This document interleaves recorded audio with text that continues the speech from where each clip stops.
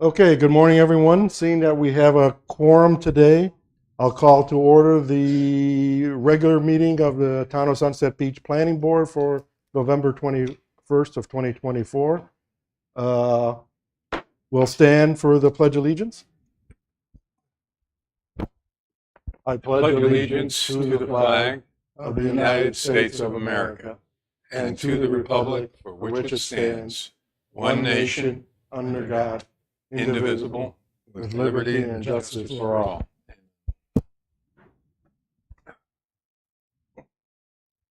We have a relatively full agenda today uh, for us to move forward on. Any a motion to approve approve the agenda as published, or any amendments? I am concerned that, at least on my copy of the agenda, the issue of the um, UDO amendment to the height requirement is in the agenda packet, but it's not Yeah, on it's the on agenda. 6-1. 6-1. Yeah, because it's just Oh, calling out dimensional that requirements. that's Okay. the table location. Okay, great. Okay, Fine. so we're good there. All right, fine. Any Good. other questions, anyone? I would also like to add and get an update on the initiative to get an ETJ planning board member. The last we heard, there was going to be a mailing. Yep, I'd like to get an update on that. we'll do that in section 8 on Okay, administrative comments. fantastic. Motion to approve. Go so moved. Second. All in favor? Aye. Aye. The agenda is approved as stated. Our first business is the approval of the minutes of our regular meeting from September 19th, which you all have. Any comments and questions? Let's start with Jerry No, here. I do not. Excuse me. Stuart? I do not. Richard? I have one concern in that in the discussion of the conditional rezoning request, we brought to the attention, or I brought to the attention of the fact that the conditional zoning that had been approved by the town council had pretty much abrogated all of the minimum lot requirements. And now they were basically what had been handed to us by the applicant as opposed to adhering to an MR3 standard or any recognizable standard. That was a significant point of discussion, and I don't see it included in So the you're minutes. on packet or on minutes page 4? Is that what you're talking about? Minute page 4, packet page 5 on the top there. Angel Trace Phase 1B, 2, or 3 preliminary Yep. plats. Yeah. So I guess I'm not sure what change you're looking for there. Well, there was a discussion that highlighted the fact that this conditional zoning request, which the planning board had voted down, was approved by the town council absent any standards other than the plat that the applicant provided to us. Typically in a conditional zoning request, we change the standards. Okay, we're going to give permission for there But to I be a believe what was approved by the council was in the note section on the plans, they listed the lot sizes, the numbers, minimum number and a maximum number, and that was and they were, obviously this is back in September now, that they were conforming with that. If on page, I don't remember the page, C1 or something like that it's called, there was all the notes on the right and they listed the sizes and that conformed.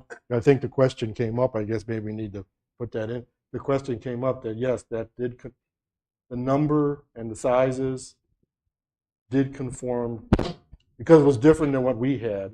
So Richard is sort of on this, I'm not sure saying it properly, but it was different than what we finally didn't recommend, but it was the same as the council approved.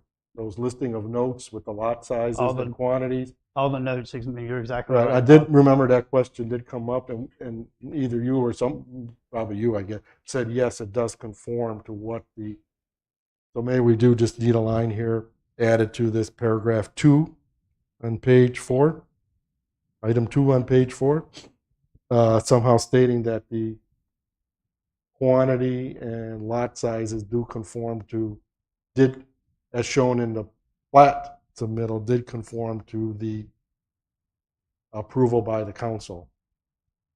I don't know if we need to mention it's different than what we've seen or not. I think it's important to It include in was the different than minutes. what When we've somebody seen, is, but- when somebody reviews what this planning board did, they need to be made aware that this planning board, I personally, did object to the fact that rather than creating a new standard of a conditional zoning request, that we had simply accepted the plat that the applicant provided for us. That was my objection at the time, and I was told exactly what you just shared with us, and I said, okay, fine. That's the will of the council. I'm all for it. But these minutes do not reflect the conversation that represents the will so we- of this we did- particular planning board member. Got it. Okay? So we need to add a sentence, I don't know, like the end or someplace, I guess, that the quantity and lot sizes in the notes on the drawings conform with the approval by the town council. In defiance of Not defiance. the MR3 standard that either should have been suspended and replaced, okay? No. Because we made a compromise at That's the time. not how it works. The conditions were listed. We did our job, and then the town council did their job, and the town council, as a matter of law, approved the lot sizes and quantity that's shown in the notes, and it agreed. Correct. It has nothing to do what was in. All right. So as far as I'm concerned, I do remember that discussion. So yes, we just need a note saying that the lot sizes and quantity of lot size and for the different types, whether it's single family or not, did conform with the notes agreed to by the council. But not on the standard that has been preset because we actually, in our conversations, Richard, this is now no longer MR3. It's called whatever it is, CZ correct 2023 or and whatever that the issue number was is. raised. It's a different zone now. It was raised in the conversation. That's And water I think under that that's portion water of under the the- conversation that's should be water un- reflected in the minutes. that's water under the bridge. Yes, and that water should be reflected in the minutes, and it's not right now. So, So if you want to proceed on approving these minutes, please go ahead. But absent that right. inclusion, So I need a will vote motion to against. approve the minutes as modified, adding the additional text saying that the number and quantity and sizes of the lots in the preliminary plat here, agreed with the notes on the drawings as approved by the town council. I do know we discussed that and it was confirmed. Anybody have a motion? So moved. Second. All in favor? Aye. Any nays? Nay. Okay, motion carries 3-1. So you'll make that change and then publish it out. Thank you.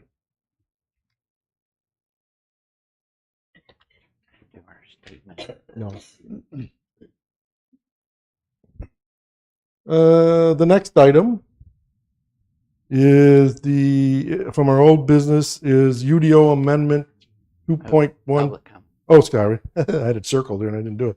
First of all, we have public comments on any agenda item. We have a wide agenda item at this point in time. So there is a later section, number 9, that's open to any comment. So the public can come to the podium, give their name and their address. They have then 3 minutes to state their comment and anything on the agenda today. Proceed. Thanks. I got it circled. And My name is highlighted. James Knapp. I'm a resident here. One may ask, why do we live in Sunset Beach? Why did we move here? Why did we love it? In retrospect, nature, right? Beautiful beach, the beautiful trees. We love the trees. They absorb the carbon dioxide, which is bad. They produce oxygen. This is a good thing. Also, the trees provide shelter for the wildlife. No trees, no wildlife. Also, we loved it here because it was quiet. It was the antithesis of Myrtle Beach with its horrible traffic and myriad of problems. But then the town council doesn't care about surging population and horrible traffic. Why? Because of greed and avarice. J'accuse.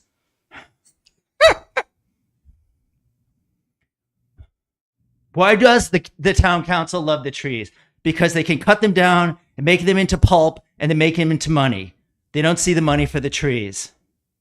First, they rezone this and put up their Hampton Inn, cut down all the trees, and then the island.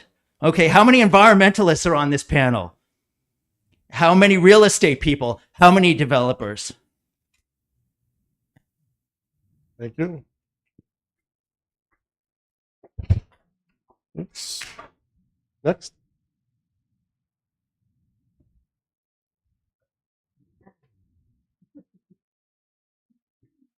A name and address, please, or Hi, yes. My name is Kelly Way, 7610 High Market Street, Unit 4, right down the street.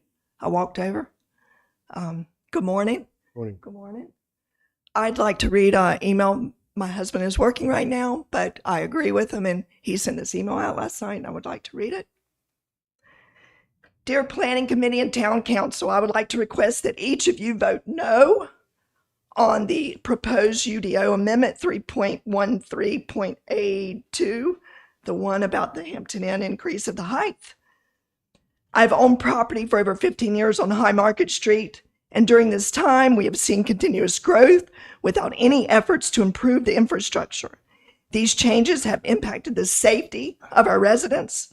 We now have vehicles speeding down High Market Street with no regard to pedestrians, and when seeking support from the government, we get no help because the government leaders, fire, and police cannot align on what are acceptable measures to take, such as speed bumps.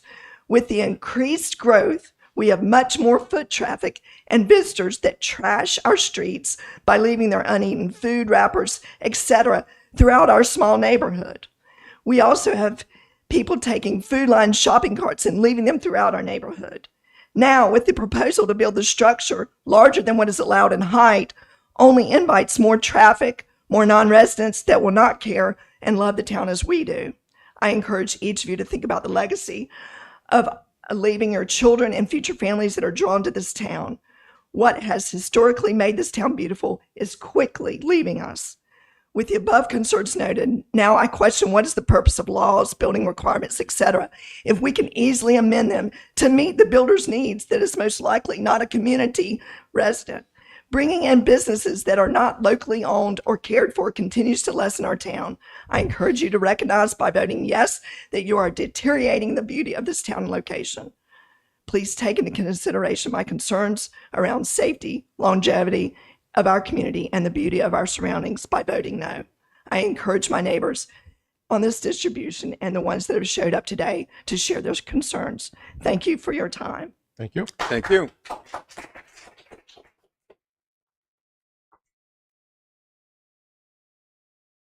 Next, please. I'm Sean Arnold, 101 Planters Ridge Drive here in Sunset Beach. When we talk about the Hampton Inn later on and we show the plans, could you, first of all, give us an exact location of where it's actually going to be at in regards to what's being said? There's a lot of, kind of like misinformation or assumption of where this thing is actually going to be located. Some think it's going to be right on 170, right along Sunset Boulevard. Some think it's going to be further down. We need some concise information in regards to that. When you show the plans, can you tell where I'm standing at, where I'm looking at where I'm looking at the plan? What I might think is east might be somebody else's east. So we just need to know where people are coming from when they talk about the sides of the building and where it's going to front up to and all that kind of stuff. And then the last thing is where is the actual height part of the extension part of the building going to be at? Is it going to be in the rear? If this building sits sideways on the lot and we're looking at it from 179, we might not see it. Or when I say 179, Sunset Boulevard, when we see it, we might not see it from that end. But if I walked over, like say by the liquor store and looked at it, I could see then the higher end of it is on that end of the building. That kind of stuff needs to be explained so everyone understands how this thing is really going to fit into this plot of land. That's what I'm asking. Thank you. Thank you.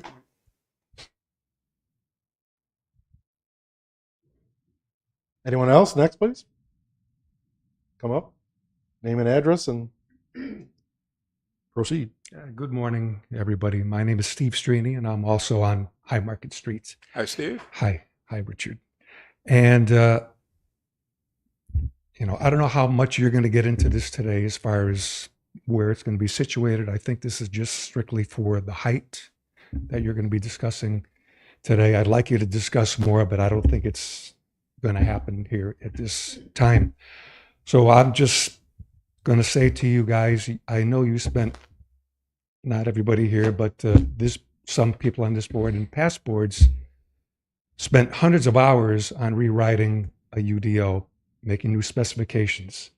And I'm just asking you guys to please adhere to what you rewrote and don't pass a 10-foot increase in what you originally specified in your UDO. Thank you. Yep. Thanks, Steve.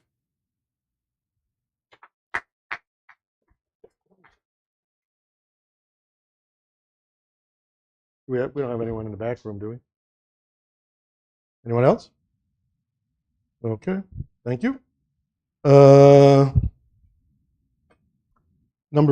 5, old business, the UDO amendment, 2.13 stormwater management and erosion control, and 3.24 driveways. Ron, you want to bring us up to date on the activities and suggestions on that? Sure, I'd be glad to. Sorry, I got too many things in my hands here. Probably would cut myself off on the microphone thinking I'm advancing a slide, so apologize for that in advance.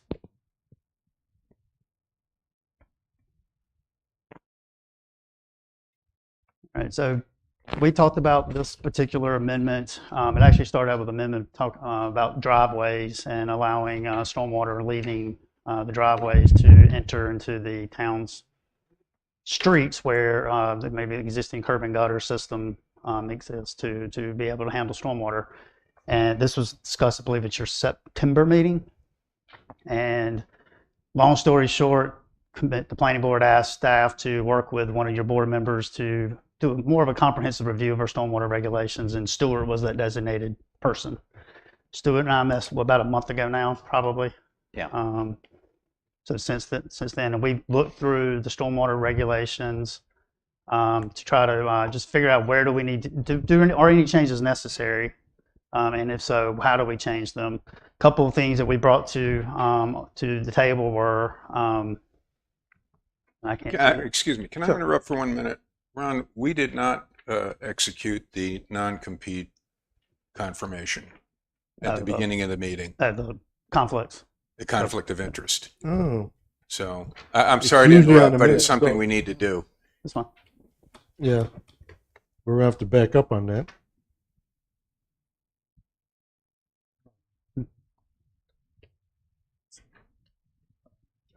Yeah, it's not on the agenda, so what was the correct language? It's a conflict. of Does interest. anyone have a comment? Yes, does anyone apologize to the public and the listeners?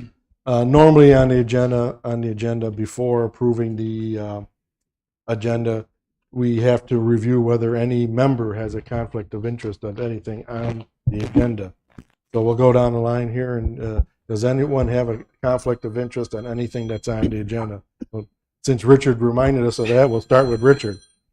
I do not, but I would like to share with the people in this room that those of us on the planning board get paid a whopping $800 a year to do this work. And we may have disagreements as to how we want this community to be shaped, but they are honorable. They do not reflect any self-interest other than what we want the town to become. I do not have any conflict of interest with anything that is on the agenda in this meeting. Stuart? I do not. I do not. I do not. Okay. So apologize for missing that. It's very important that we clear that up always early in the meeting. So, Ron, I'm sorry to interrupt you there, but back to the stormwater. Yeah, no worries. Thank you. Thanks, Ron. So Stuart and I met, we talked comprehensively of the stormwater rules. We looked primarily at 2.13 and then the the driveway standards that we had initially brought to the board.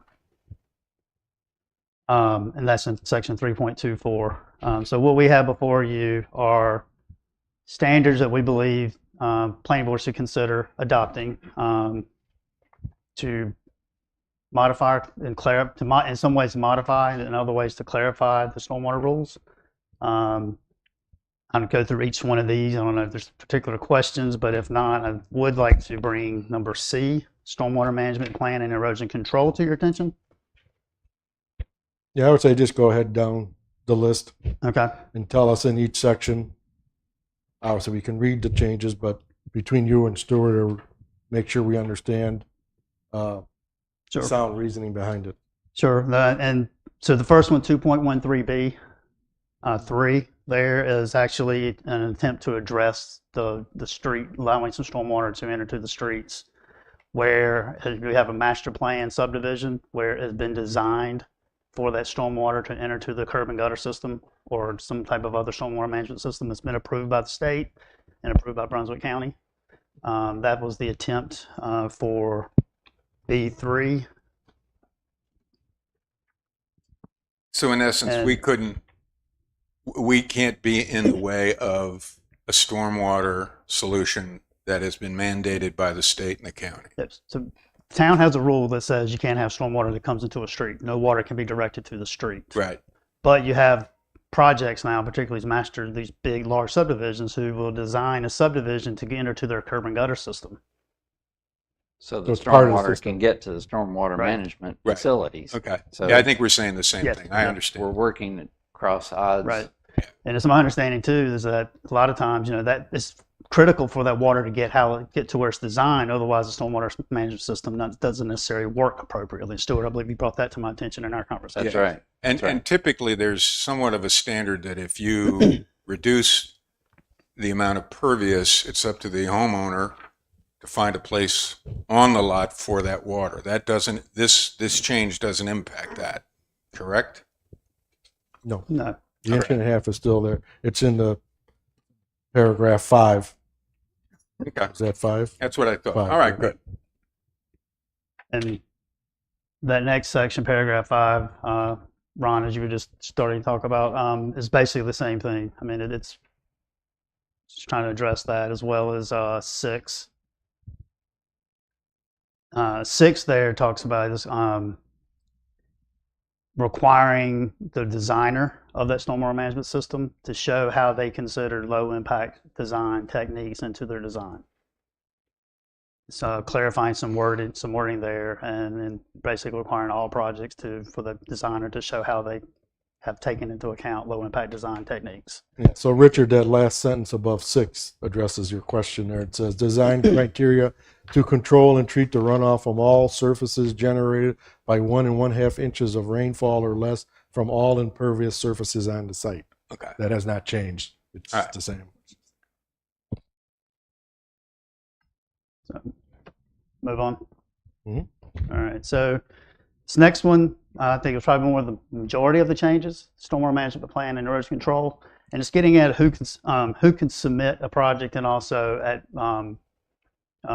changing the amount of cost of the project to be more in line with that requires for general contractors. My understanding, because I was not here when the stormwater rules were adopted, but through conversation with staff and Stuart, I believe you and I were talking about this. The 30,000 threshold that's there now was at the time based on when a general contractor license was required, and that has since been increased to $40,000. So this amendment, the first alternate you have there, A and B shown on the screen, and on page 2 on your packet, page 9 too on this particular case, was to increase that amount to $40,000, but also add some language that as that general statute changes, that this ordinance would change automatically. And the alternative is we're going to define it by square footage. Well, it's No, no. No. The alternative is on the next page, is to get Yeah. rid of the dollar amount. If I remember correctly, since we do have the guy here that helped us write this, we broke this up at the 30 was at that level, right, Wes? And then the thought was on the smaller projects, at the time below 30 and now 40, was to give more flexibility and a lower cost alternative to the property owner to meet these requirements. And then on the somewhat larger project designated by that dollar amount, they had a higher level of obviously more expensive, a professional engineer, and et cetera. So, and And then my that- recollection is the point of differentiation is a 1 acre lot? Or am I? no, No, no. okay. this is any lot. If I can add to that amendment in both scenarios, but you'll see in A and B, I've added the registered landscape architect. And the reason being is they are recognized as a design professional that can submit stormwater management plans to the state for even high density projects. So this would allow a homeowner to gives be free from the extra burden of having to hire a professional engineer Yes. in addition to a landscape architect. they're allowed. Yeah, the code did not allow a registered landscape architect to submit for either scenario, Right. either above $30,000 or below $30,000. Okay. So, it's staff's opinion that if the state of North Carolina has recognized a particular design profession that they can do it, then We should as we should well. as Okay. well. I agree. Great. There are some limitations to the registered landscape architect. They can't do the full design. There are some limitations on what they can and cannot design. Okay. And there are some, I'm going to use the word gut checks. So it's like if you're don't have the training and background for stormwater management systems, then RNLA should not be in doing that business. But I could argue the same thing for a professional engineer. You have a structural engineer doesn't have the training for civil. They probably shouldn't be designing stormwater management solutions. Yeah. So just providing more flexibility for the homeowner. Yeah, which I think is a positive outcome of this. Right. Now, And then but your second alternative on page 3 basically it combines the two. combines the two and make it the same for all, irregardless of the value of the project. Yes. But it still does allow the owner to use, well, a licensed surveyor or a professional engineer or a registered landscape architect to do this work, including the inspection. Yeah, I've highlighted on the screen there, Mr. LeBruno. I realized the haste of trying to get the packet out last week, I forgot to add where the registered landscape that designed the system could also inspect. Because just to be honest, the way the code is currently, if it's set under the $30,000 threshold, the UDO administrator gets to go look at a hole in the ground and say, yep, okay, it's there. But we're not looking at how it was designed and whether it actually functions because we're not qualified to do that. Right. So to kind of summarize, the first option is maintaining some sort of dollar Correct. and slightly in this case, almost non-existently, alter the procedure based on some dollar amount that's going to continually change and require update, which seems not a good idea. And then I'll turn it over to Stuart. Or the second alternative is merge this into one standard. Everybody does the same thing, and they have the alternative to choose a licensed professional engineer, a registered landscape architect, RLA, I guess, or a licensed surveyor that's allowed under North Carolina law to do the design and then the inspection at the end before the occupancy permit. Is that correct? Yeah, that's Stuart, right. let me turn it over to you to kind of summarize so we can get to a final discussion and possibly a vote then. Yeah, I mean, it was kind of my idea to generalize this and take the dollar amount out of it because, really at this stage of what we're doing, this shouldn't really fall under our purview. And anyway, I don't think. My only concern with adding the landscape architect and the surveyor to the general statement is that I understand that the state has limits on what they can do, but how does the homeowner know, if they're hiring somebody, how do they know what that person can do? So somebody reads this and they say, well, I want to get a licensed surveyor to design my stormwater. Well, surveyors have a very limited amount of stormwater they can design, basically driveway pipes. So you get beyond that and they really can't do much. So But again, I don't know that we can define that because that's also changing in the state level. So I think the best we can do is probably just be general in allowing these things, and then, leave it to the professionals to state, to a homeowner, hey, I can't do that, or I can do that. And, Well, it wouldn't, at some point, at the point of submission, the staff would be able to say, okay, this may be a surveyor, but clearly what he has forwarded to us does not reflect expertise in stormwater drainage, and we need to kick this back to the homeowner to be revised. Wouldn't that be part of the process?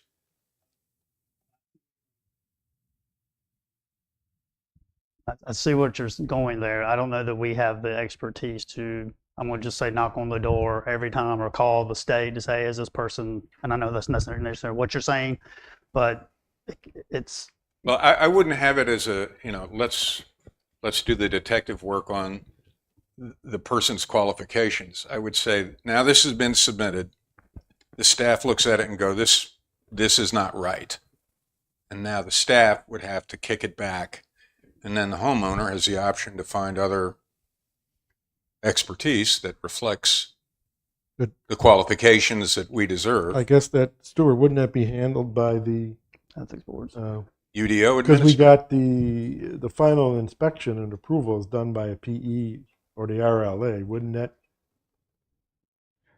I mean, reading that one, it's a little Right. bit different than this one. right.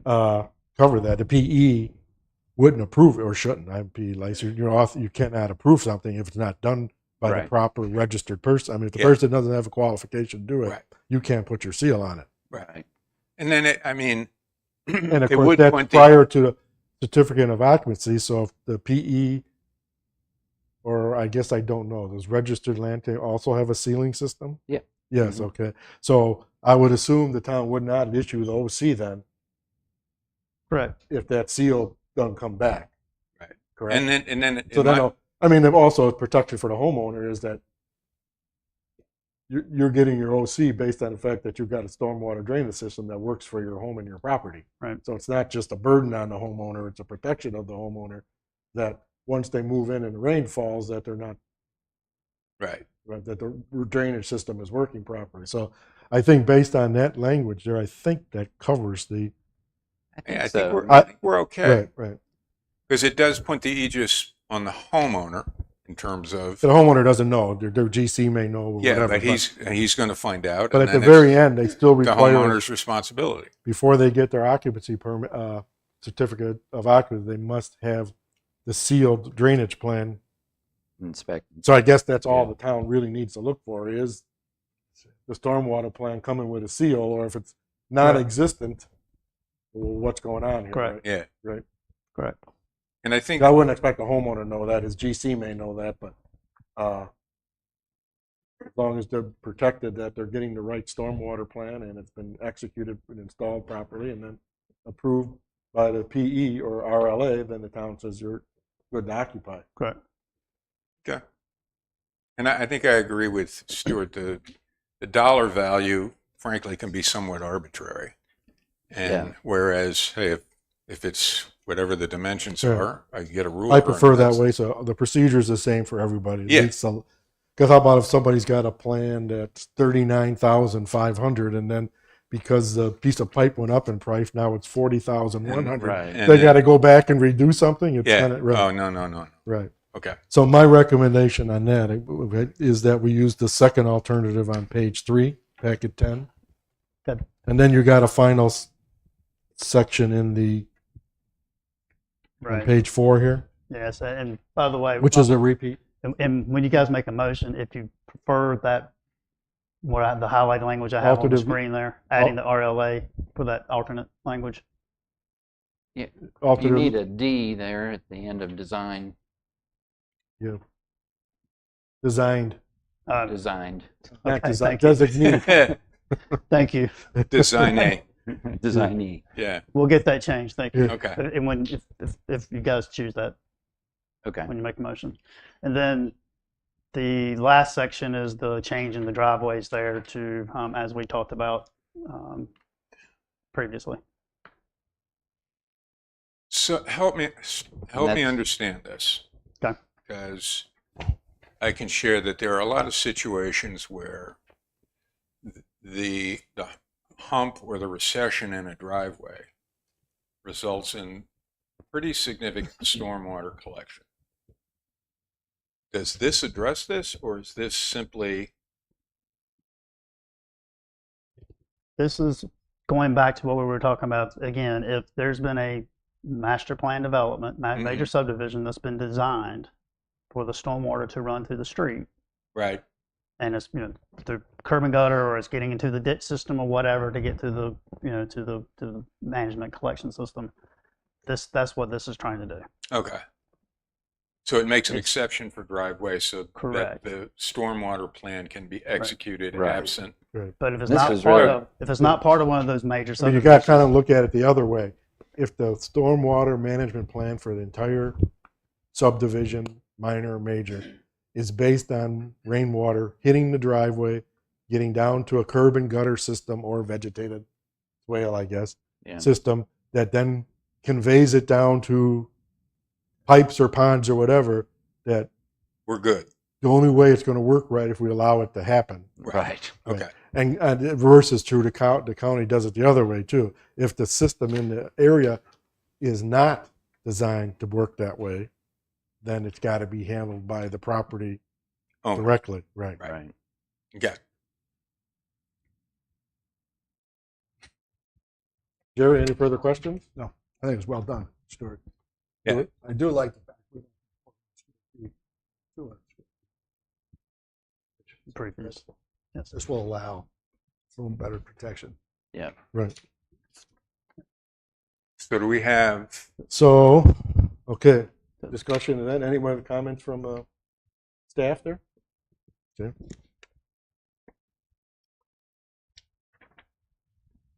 So and then don't forget you have a consistency statement, whichever action you do choose to go with. Okay. So I guess we'll vote on A first. So I guess I'll done this as a motion or just as a voting selection? Huh? Motion. So a motion to consider the consistency statement and recommendation of the planning board. First of all, action A, the planning board hereby recommends approval of the proposed amendment to the Unified Development Ordinances, I guess as discussed today in the latest alternative with a spelling correction, and finds that it is, one, consistent with the town's comprehensive plan, 2017 Town of Sunset Beach Land Use Plan, as the changes to the stormwater requirements clarify the current requirements without negatively impacting the stormwater control in the town, and two, that is in the public interest because the amendment continues to refine the town's interest in having effective and efficient stormwater measures in accordance with the goals of the outlined plan in the 2017 use plan. Any seconds? Second. All in favor? Aye. Aye. Aye. 4 ayes on that, no nays, so that motion carries. Second. Okay, the next old business, hopefully a pretty quick one, was also the Ron Satterfield here.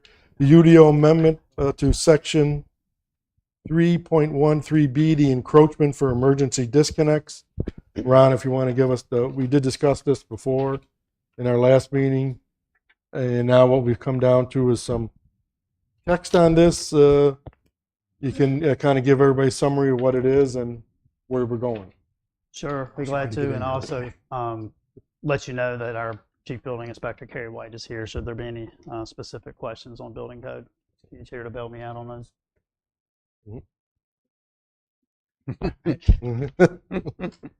Are you here? Chuck. All right, so this kind of just a little bit of background. Beginning January 1, the National Electric Code is going to require that an accessible emergency service disconnect be installed on the outside of all new homes and any substantial improvements to homes, to any existing homes.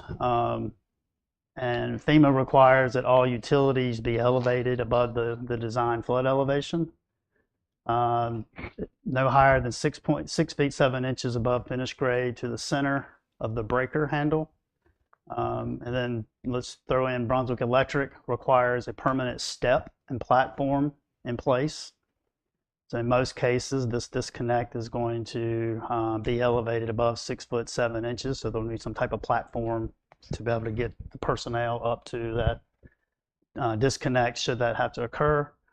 And so zoning districts that have a side or rear setback of 7.5 feet or less sometimes pose a problem because the houses that are being built to the setback lines, and the town doesn't allow any encroachments into the side yard. So that's the purpose of this text amendment. So the amendment in general, there's an example picture there of a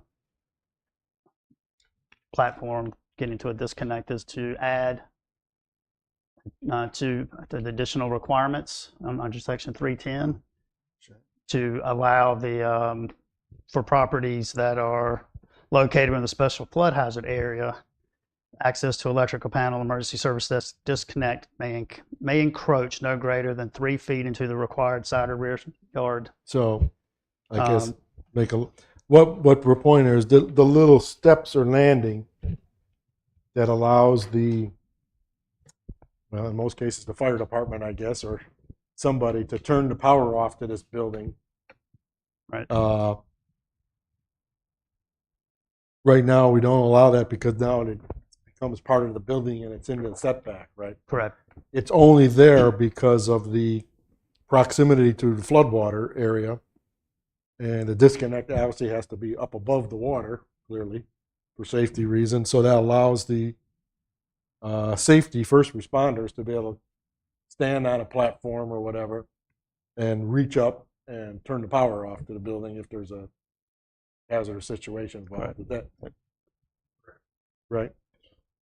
So you're required to have the little platform to get the height of the handle, but we're making it hard to do because it may stick into the setback, but it's really not part of the building. It's kind of part of the safety system, Correct. so to speak. Okay, good. Correct. Everybody understand what's going on? Yeah.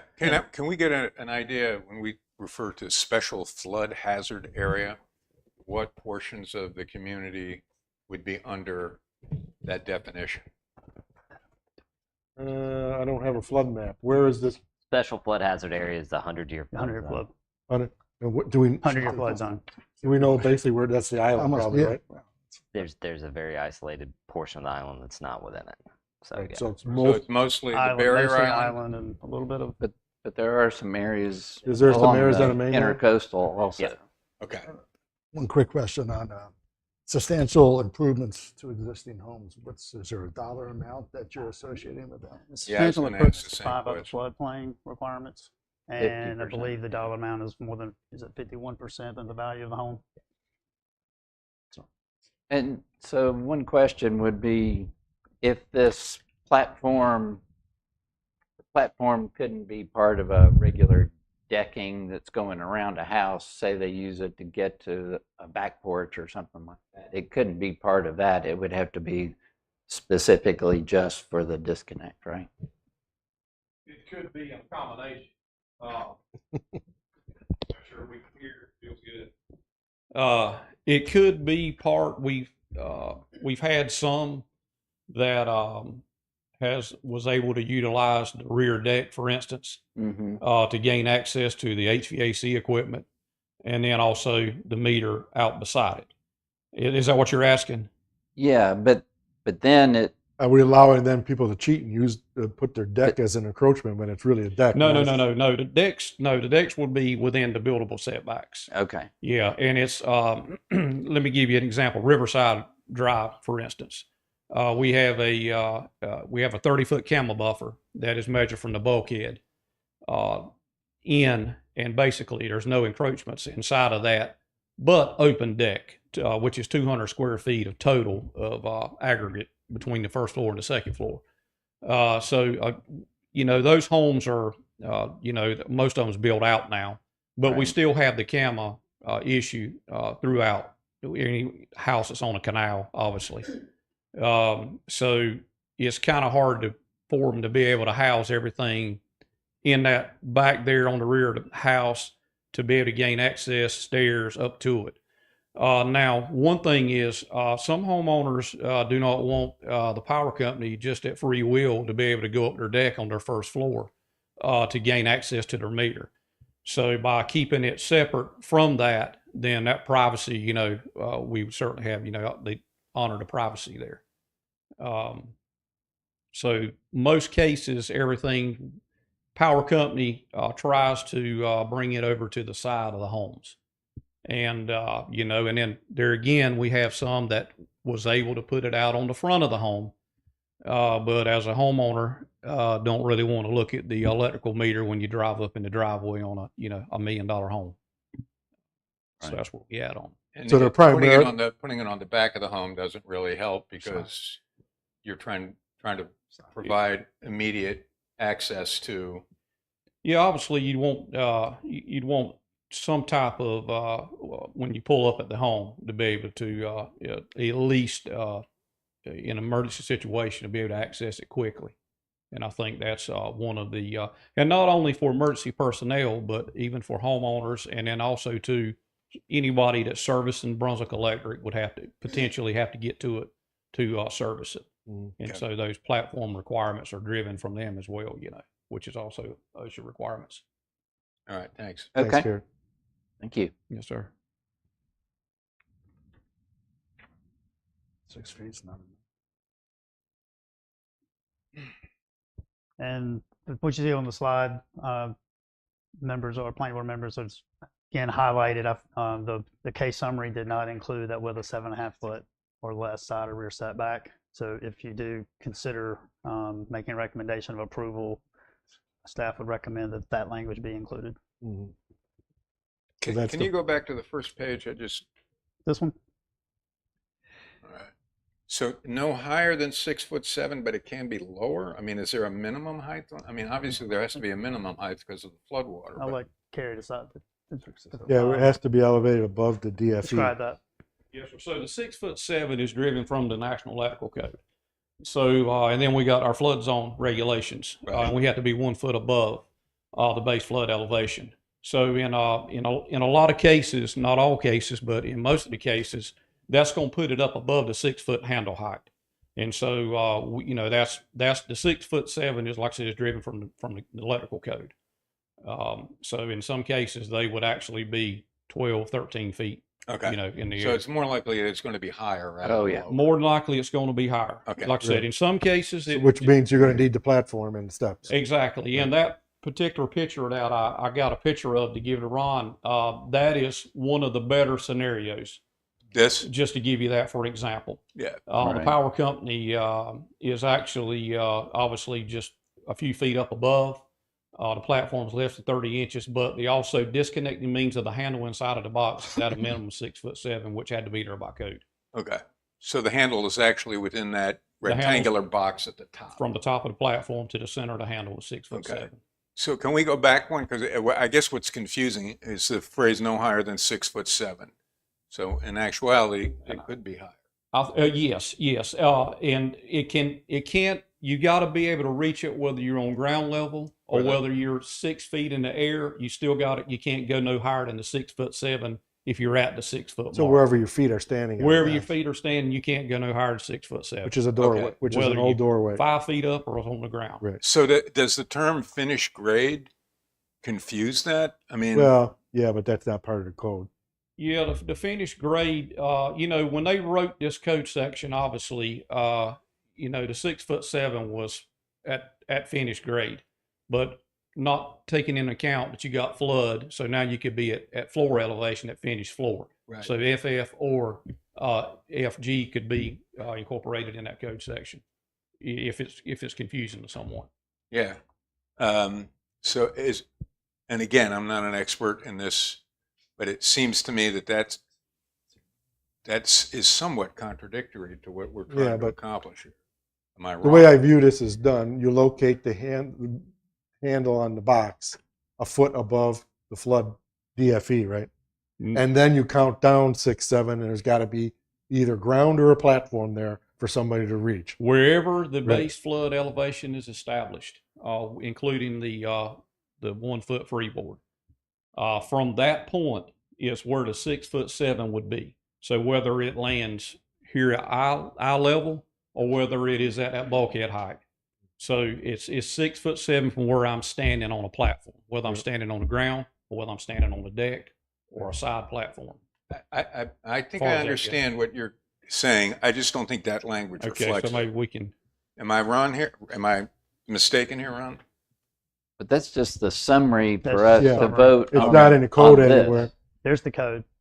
The code is all we're Access. Yes. making sure is possible is if you Properties have a open, small access. setback, a 7.5 foot setback on your property, and you need to build this platform because your handle is more than 6'7" from the ground, Yes, that you can build this step and platform, In the setback. encroach in the setback, and you're not actually violating the setback. Okay, so in essence, It's really that little step and platform thing. yeah. So we're not really involved in where you point that thing. What we're No. The saying box will is be Exactly. wherever it is, you can put a 3 foot step underneath platform it. to get to it, even though it's in violation of the setback. Okay. Right. Encroaching, not That's violating. right. Right. That's right.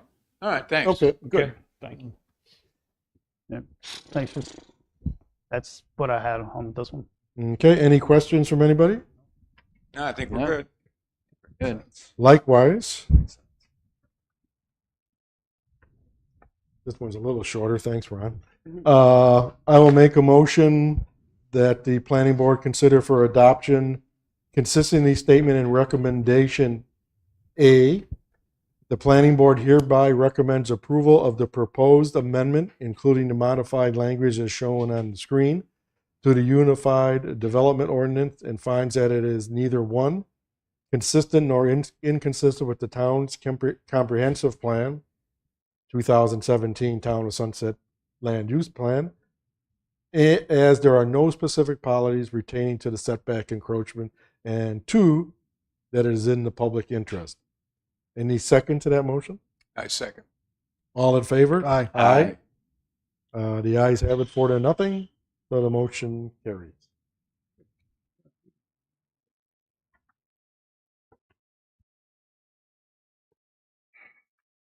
Okay, now we get into the new business that's drawn our crowd today. So the first one is concerning an amendment to the UDO Article 3.13.A.2, Table 3.3, the dimensional requirements. Now, before we get into the details here, I guess, and attached was that table. And we're only looking at the line in that table that concerns the MUD district or zoning district only. And again, we do have an applicant that's requested this, and I believe the landowner is also here, Kelly too. But first of all, we're looking at a text amendment. So changing, in this case, possibly one number, either a number and some verbiage to this zoning district. And I know we're all washed into what the applicant is thinking of that drove this to a certain extent. But this is, we're dealing with a general change to this line. Again, we're talking about the height, the magic number of 50, which was adopted a while ago, prior to this UDO, believe it didn't change. And it's kind of tied to, but not tied to the applicant's proposal, because this is not a conditional zoning request. This is changing a dimensional requirement in the MUD district, which means we can either accept it or not accept it. We can accept it as suggested or otherwise. It's just a taller structure in the MUD district only. It doesn't apply to anywhere else other than the MUD district. And I believe we only have one MUD district. Correct. Which And is it only only applies to this singular application. No, it does not. It should. It's written to, as per the way it's written now is to any of the same use, which we can stay with or not, or any other uses, or not, we could just change the number from 50 to 60. And it does regardless of use then. So I know everyone's hung up on the, not hung up, clear, because the applicant has proposed this because their structure has some areas that are at, if I remember from the drawing, 51 feet is the main roof line. And there's parapets around it. Parapet wall is the little wall that goes up it's above the roof that covers up the equipment. And I believe a stairwell access, there might be an elevator building on the top. So basically, if you didn't have the parapet, you would just see all that stuff on the top, which is architecturally unpleasant. Right. So they put the parapet wall up to cover that all up. But I want to make sure everybody understands, on the board at least, not to get hung up on the use or the app. It's changing something, just like we just changed before, which applied to certain areas of the town or not to certain areas of the town. This applies to mud, and a specific applicant has. So, Well, my understanding was that this would only apply to a specific use. In other words, if somebody came here and wanted to build a Costco at 58.6, correct. This amendment would not allow that. This change in terms of As the writ- minimum height requirement written- would only be applicable to a hotel. As it's written now, that's what it says. Okay. A hotel in the mud district. Right. In the That's mud it. district, correct. That's right. it. But we don't. In my mind, it's a discussion point. Well, I mean, Because we're a little, don't want to get, just warning not to get tunnel vision on an application completely on this, though it's clearly the elephant sort of in the room. right. But anyway, okay. So Ron, why don't you explain, But then we can explain the application, what you're suggesting as the change, and then I guess after that, we can certainly hear from the applicant and the property owner to explain the why behind the application. And then we can decide what's the best solution as proposed or other, or most Sure. likely as proposed. But so what you're talking about, like to hear from them more or less, so everybody sees the same information. First Sure. of all, somewhat transparency issue. Make sure everybody sees the same information before we discuss what is the best course of action. And could we also clarify, because I know in the social media conversations that I've had, there's a lot of confusion about, number one, where is it suggested that it's going to go? Well, it would the applicant may or may not disclose that. It's up to them, because all we know is it's in the mud district. and Okay. Right. maybe If they choose to disclose that, that would be Well, up to them. I've chosen to disclose it. I don't think there's any reservations that they but have. there's no requirement. No, there's no requirement. It is the suggested location. Right. well, I would just suggest if I can do my presentation, if you Yes. guys have any I was trying to get questions, to you. if you have any questions to me before you allow the applicant and or the owner to speak, maybe that would let's So, proceed with the My presentation. plan is to have you, then them, including the property owner, maybe, I think too, even though she's got a written endorsement, but kind of like to hear it in public too. Sure. But, and then after that, we can discuss and question. Right. So I want to just start out with, this is a citizen or an applicant, what I call an applicant-initiated text amendment. Two or three we've talked about so far on the agenda, the first two, and the couple more we'll have after this one are staff or town-initiated. But this one is an applicant-initiated text amendment. And as a result, we are obligated to process that amendment. And part of the process is to present it to the planning board, get a recommendation from you, then take it to town council. Ultimately, if the town council decides, hold a public hearing on it. So just kind of lay that out there first. This is an applicant-initiated text amendment, and staff doesn't have the ability, or the town doesn't have the ability to say, sorry, we don't want to consider your amendment. We're not going to move forward with it. Right. So Can we identify in terms of the corporate identity of who the It's on their applicant is? application. it's on there. It's the applicant is Okay, Clarity great, Properties LLC, and they submitted an amendment application to change the height in the mud district to 60 feet from 50 feet for a hotel or a motel. So currently there's a 50-foot maximum height allowed in the mud mixed use district. They've identified a potential hotel site in the mud district, and that's the purpose of pursuing the amendment. Their hotel, as mentioned previously, they have a hotel prototype, approximately 58 feet 10 inches at its tallest point, which I believe is part of parapet walls that are used to screen the HVAC, the mechanical equipment, and maybe elevator shaft or something. I think if they choose to get in detail, they can talk about that. But in terms of the usable space, we're talking about a 4-story building. That's most likely, yes. Okay. And then the amendment is to allow 60-foot height in the mud. So we're talking about increasing it from 50 feet to 10 feet to allow for that additional parapet wall, et cetera. Otherwise, if they don't have that parapet wall, then you're looking at probably may be able to do a 50-foot, but then you're looking at the screens. Excuse me, you're not looking at screening the mechanical equipment, that kind of thing. I don't know if they can fit that in or not at 50 feet, but we're here to present what they've applied for.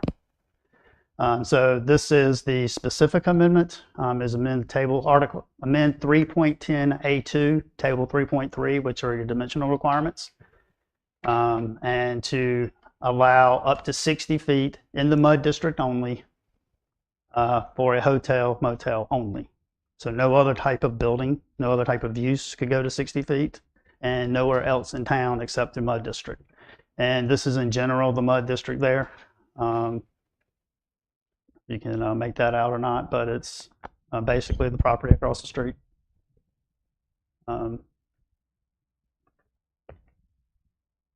That's the only area in town that is zoned MUD. Okay. And for the purpose of the suggested location, we are talking about above High Market Street, that lot divided in half. They are taking the western portion they are suggesting the western portion of that lot. That's been part of the discussions, and I'll let the applicant disclose what, if they want to, where the site, because for a text amendment, just keep in mind. Yeah, it doesn't matter. It could be any within Anywhere that red in the area there. Yeah, okay. So, Done? Can I ask you a question? absolutely. All right, so the exceptions to the height, we've got antennas, church spires, and necessary mechanical devices, but we don't have any allowance for parapet walls. Correct. In my experience, parapet walls are, if we're going to allow a mechanical equipment on top of a building, we should allow the parapet wall to screen it, because I don't want to look at the mechanical devices up on top of the building. So in essence, they could build a 50-foot building, and then they could have 10 feet of mechanical equipment up there, and it won't be screened, and we got to look at that. So, by the way, the code is currently structured, unless you disagree. But the highest part of any structure, including mechanical equipment, would be capped at 50, period. So you could do 40 and then 10 feet of mechanical, etc., but it could not go above 50. And part of that reasoning is because, for example, on the island, there's a statutory limitation on height, capped at 35. And so height definition throughout, the town's jurisdiction is strict. There's no exceptions to it. Right, If but that he's makes sense. looking at our definition, that's not what it says. Excludes mechanical. mechanical devices are excluded. On page 7-14, the last phrase, and necessary mechanical devices are not part of the height. This is on the beach? No, No. this is The definition of height. Article Definition of 7, Article 7 definition of measurement, page 7-14. Height of a building structure as applied to a building. Thank you, Mr. Chair. Got it? Yeah. It's that last and. So I think what you're saying, I don't want to put that word, but you're saying, since we're not counting the mechanical, should we also not count parapet walls, or I don't know if that's the right answer, or shielding walls, or whatever you want to call it, screening type walls, also shouldn't count to the height. But then, of course, we set a maximum on that. You can't go over more than 10 feet, because Right. I'll just put up this little something allows me to put this huge. So I guess, yeah, within obviously limited extension there, right? I believe that's what Mr. Jones, your experience and your Yeah. when you were in your profession designing projects, your experience was a lot of communities would not, or they would have a limit, not count parapet walls towards the height, or at least have some type of allowance. A parapet wall can be 3 feet, 6 feet, whatever that number Right. is. I mean, we all want the mechanical devices on the roof to be screened. Nobody wants to look at them. Maybe the mechanical people, I don't know. That's me. I like to see them. So I think, you know, coming out of this, somehow or another, maybe we need to look at some kind of a text change that does allow parapet walls. If we're going to allow the mechanical devices, I think we need to allow the parapet walls.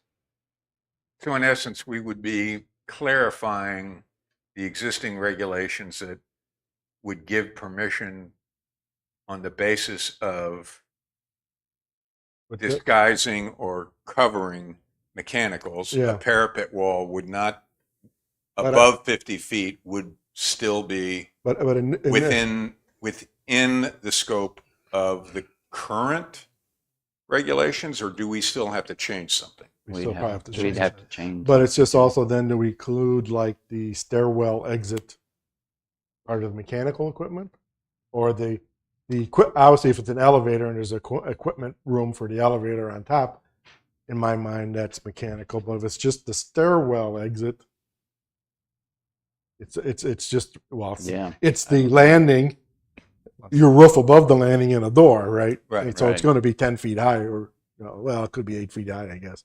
Yeah. But I guess we can limit the parapet height to 6 or 8 feet or something. Right. But those limitations would still only be appropriate in the mud district and only be permitted Well, no, for the but- application. No, I think it would be anywhere, because we're talking about the definition of building height. Yeah, well, the concern I have is, and I think it's shared by a lot of people, is that it's one thing to say, okay, we just want to build a hotel. It's another thing to say that this regulation would allow any application to build a 50 feet with a 10-foot parapet. That's the outcome that I want to avoid. Right. Okay, I want to, if we're going to do this, okay, and that's still a question, we want to make sure that we're just talking about this specific application in the mud district and not opening the floodgates to other potential commercial enterprises that might want to say, hey, we want to build the 50 feet and add 10 feet of But what's coverage. Yeah, in thinking, well, Jerry, I'll give you a second. In thinking about what's the magic of the number 50 in this application? Well, it's the existing, I think the magic is we have we have a sense of scale in terms of how we- big we want commercial development to be within Sunset Beach. we already have taller buildings. In my understanding, talking to the fire chief, we're fully equipped to go to 60 feet. Well, I have no problem with going to 60 But- 60 feet in this particular application. What I'm trying to do is how can we hem this in so it's pertinent to this particular application, but does not open the door to other applications which may be more commercial development in style my and only type. question of that is, and not I'm giving you the stalemate, but why? I mean, we're tunneled a little bit on the applicant's proposal, but let's say somebody wants to put in the exact same size healthcare office building. Well, What's the difference? the difference is that we in the town have a strategic commitment. And to some extent, you know, we're talking about very specific particulars, and I understand why we have to do that. But sometimes we need to dolly back and say, okay, what are we giving permission to in terms of the strategic vision of what we want Sunset Beach to be? And I believe the mud district is crucial to that. And in my view, what we want to try and do in the mud district is create a concentric village style of commercial development, okay, as opposed to a strip mall style, which is what we have now, okay? And that kind of depends on what kind of commercial enterprise are we going to allow in this area. I'm okay with a hotel. I'm not okay with a 6-story healthcare building. I would prefer to see more restaurants, more shops, more enterprises that promote commercial availability to town residents, okay? So that you can walk to a restaurant, a bakery, a cafe. You can park your car and not have to then get in it to go to the next commercial enterprise. This is what you have to do now in Sunset Beach. Sunset Beach suffers from a horrible walkability, all right? We need crosswalks. We need the ability to allow our citizens to participate in these commercial enterprises without risking their life to cross 904 or 179. And I think the trick here is, how do we create some momentum in the mud district with commercial development that fits that style? So in 5 years, we can look at Sunset Beach and say, hey, there's a nice little village here where people can come park their car and avail themselves of a variety of services that include, yes, a hotel, but also include, and I've already spoken to 2 entrepreneurs that, based on, hey, guess what? They're thinking about building a hotel in the mud district, have gone, and I think you're familiar with one of them, that was willing to build a retail outlet within the original hotel plan, who now has said, well, listen, if they're going to build a hotel, I'll happily explore building a bakery within the mud district. Those are the kind of things I think we want to incent. Let's give Jerry a chance to No, jump in. the only question I had was, how's this expose ourselves to a CZ application for a building outside of the mud district to go? I don't know that it, I don't think there's anything to prevent that anyway. And then with the CZ zoning, you know, as you're familiar with, you'd have to see a site plan. It'll come to you, ultimately go to city council, and it's changes the zoning. And the way I like to look at CZ zonings is it's its own individual zoning ordinance and zoning map, if you will. I foresee a lot of applicants coming in now with the change to this to go through a CZ process. It's technically unlinked at all. Well, We've already approved CZ with some higher buildings. Yes, we have the 50, 55, I think. 55. I don't remember exact number. But Just- again, just an observation of, you know. from you 2 guys, the question on our, before we get too far. Yeah. I want to hear from give the applicant. But the height definition, Wes, irregardless of this particular line, do we need to do something with that in general? With something in the lines of the parapet walls to matching those mechanical devices? Or it might be a separate issue. I think not that's today. Yep. But do we again need to look at that? Because, well, I guess our choices is take mechanical devices off, or if it's going to stay on, do we have to, and their equal height screening or something? I mean, I think it would be probably beneficial to just explore that and provide some more clarity on relative exceptions and caps and specifics. That definition's been in place for some time. And because let's say if somebody in the mud says my building is 48 feet, but I have all these air conditioners on top. And correct. I need a 6-foot parapet wall. And that's not allowed. And that's Correct. not allowed. So should we have, because it's really not. I mean, ultimately that'd be a legislative decision and something that you guys would have to advise on. But, you know, I think that's a great question. Reasonable and customary? Sure. I mean, certainly I would say that that could be, you know, I don't know what the, you know, position of the board is going to be today on this, but that could be a clause that you could add to that definition as part of this, you know, any recommendation that you would send to the council. I don't want to speak out of turn though, Ron. And that clause would do what? Well, so let's just say hypothetically, should you recommend this for approval to the council, you could recommend approval. and listen, I'm not suggesting this is how your motion is going to be or anything like that. I'm just speaking procedurally. The recommendation could be approval as the applicant has submitted, with an additional clause that allows a parapet wall to extend beyond X 4 feet, in a non-residential district for mechanical equipment, for example. That's a hypothetical. It may need to be further explored, though. Yeah. But that's Yeah. just a hypothetical. We don't want to add on, because if we change one number, we're changing the other one too. Well, I don't disagree with anything Wes said. I just think it's probably something we would want to explore a little bit further before coming back with Right, you. but what I'm See what concerned what about, other though- beach communities, other communities are doing. So we could recommend this very specific text amendment, and at some future point, review language that would deal with this parapet height issue. Yes. Okay. Yes, sir. All right, so devil's advocate. Say we vote to approve 60 feet today, and this particular applicant walks away, another hotel chain walks in, and they say, oh, your building height is now allowed at 60, but now I can put my mechanical devices on Right. top of that. Oh, Do we need to change So the definition at the what- same time? So what then you would do, I think, obviously subject to this board, is you would request you would recommend, subject to an additional clause added to number 4 here that says with no exceptions, or that is including all mechanical, inclusive of all parapet walls, not to Okay. exceed, 6. for example. I'd feel more comfortable with that. Yeah, I I think don't, I don't want somebody to take advantage of. No, I think you're right. So that's going to double dipping now. Right.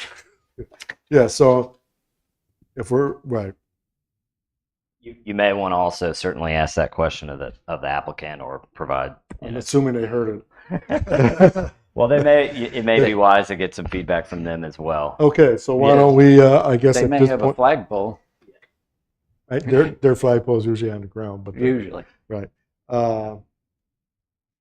At this point, let's hear from the applicant and state obviously your name and affiliation and et cetera. And obviously lower the mic, it looks like, for, we don't have our little platform to the handle. Well, good morning. I'm Gail Wallace. I'm with Clarendon Properties.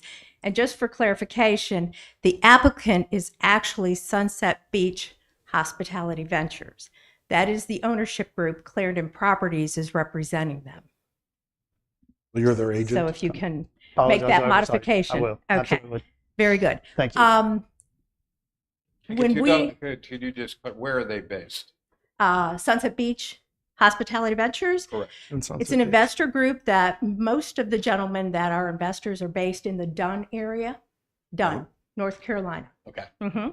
We're based in Wilmington.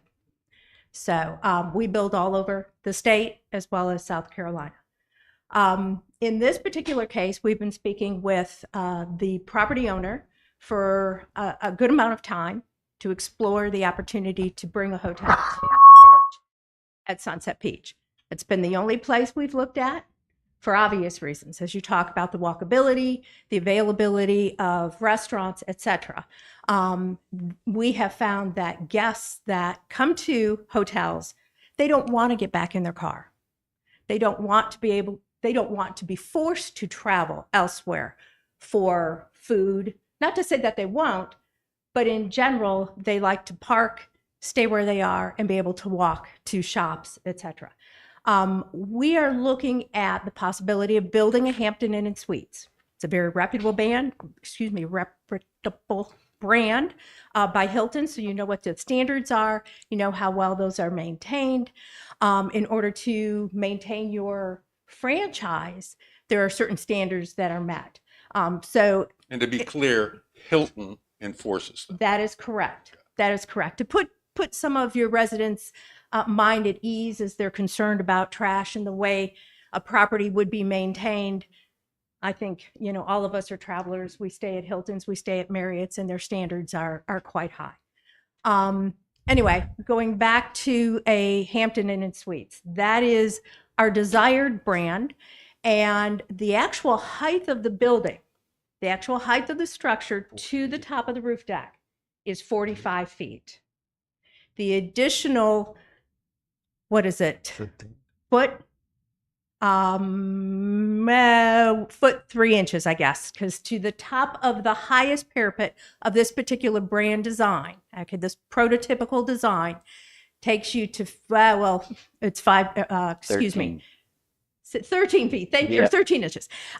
Feet. Yes, it takes you to 50 feet, 10 inches, 10 and a half inches. So not quite 60 feet. We 58 rounded it feet, up 10 an extra Yeah, 60 feet. 58.6. Correct. Okay. Sorry. I'm a little nervous. Yep.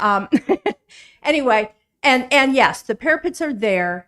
They're designed to screen the elevator shafts, stairwells, as well as mechanical equipment. But the top of the structure itself is only 45 feet. It's a 4-story hotel. We're looking at the possibility of building a 103, 105 guest room hotel. Questions? And if I remember correctly, well, it's up to you whether you want to disclose where it's at. But so I remember correctly from the drawings. I don't know. Can you go back to the view of it? Mm-hmm.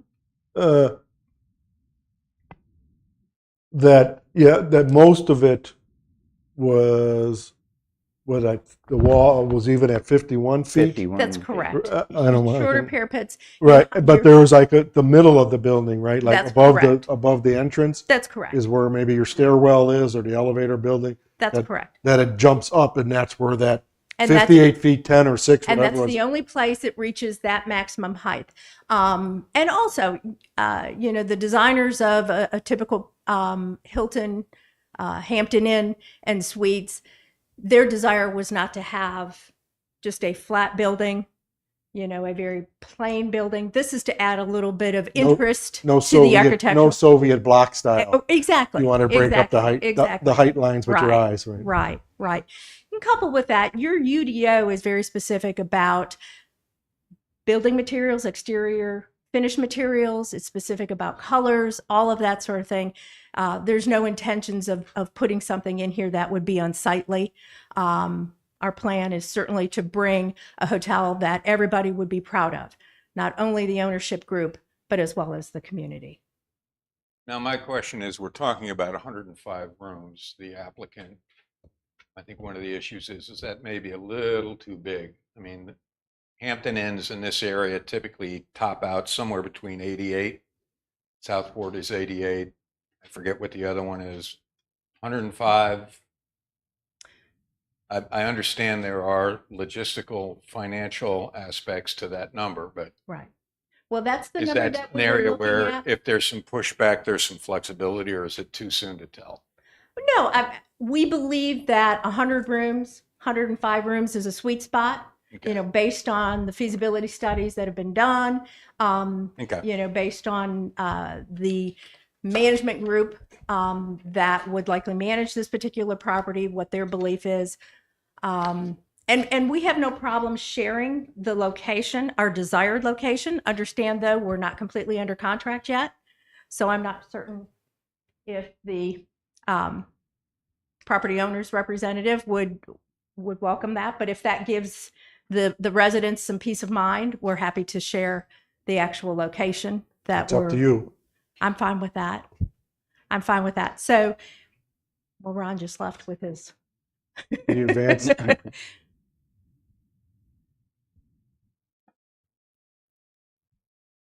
There we go. All right, if you don't mind. Please. We're looking at this piece of property here. And yes, it would be divided in this direction. The hotel would be in this section here. That offers the opportunity for the section closest to or adjacent to Chandler's Lane to then be developed for retail. Where's the front facing? Sorry, the front will face this direction. To the Towards 904. Okay. To the right. Yes, Yes, correct. This East. direction, right. And no, no Mr. questions. Will be can't- facing Chandler Lane. You can't The have it. hotel will be, at least at this point, now bear in mind, nothing has been finalized yet. So our preliminary thoughts are The hotel is here. Parking would be in front of it, not facing High Market. The side of the building faces High Market. The front of the building would face Chandler.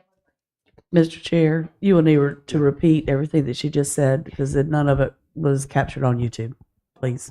Oh. Why? Oh, because off camera.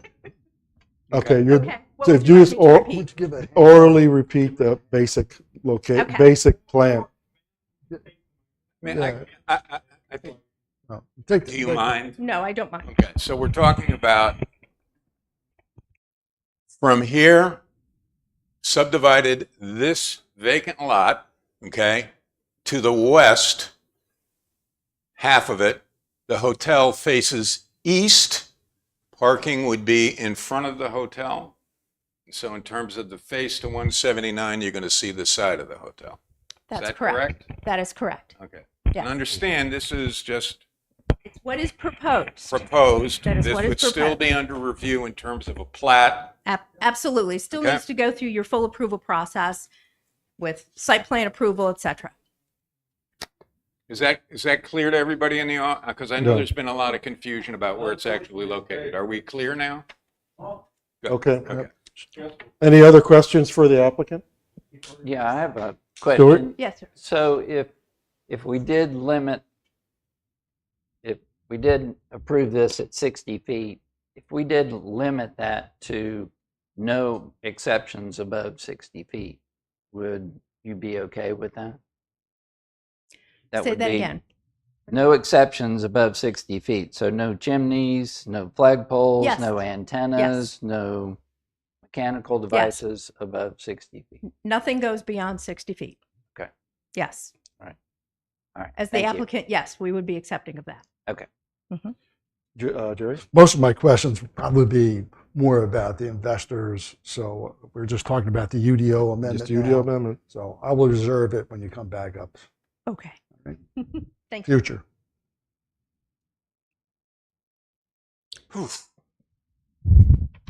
So,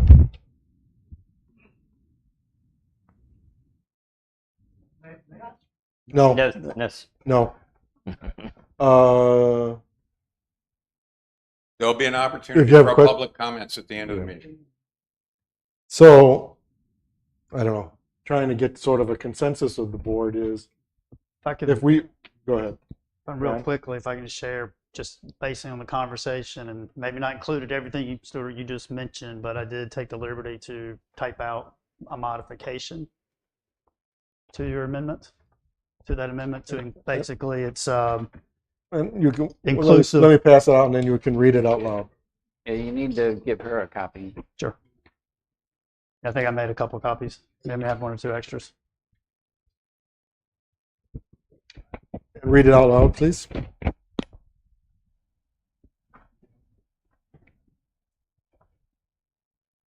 So what was added, and I'll just go ahead and then go back to your amendment screen here, although it's not going to be on there. It's not backwards. So the change would say, number 4, in the MUD zoning district, a hotel motel may be constructed to a height of 60 feet, comma, inclusive of all mechanical devices, parapets, and similar appurtenances. Stuart, do you think that covers it? I think so. Right, that would allow us then, if we need to go back and change the definition, it doesn't affect us at all. They're still It's limited. still limited. Right. So I know the planning board likes to see the language, so I thought I'd just Yes, we do. anticipating that, I thought I'd be able to get it to you before you finalize your conversation and discussion on it.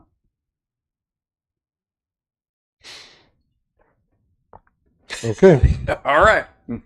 Here we are.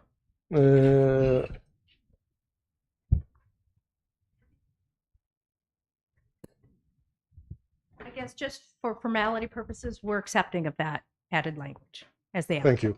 Thank you, Gail. Okay, so moving to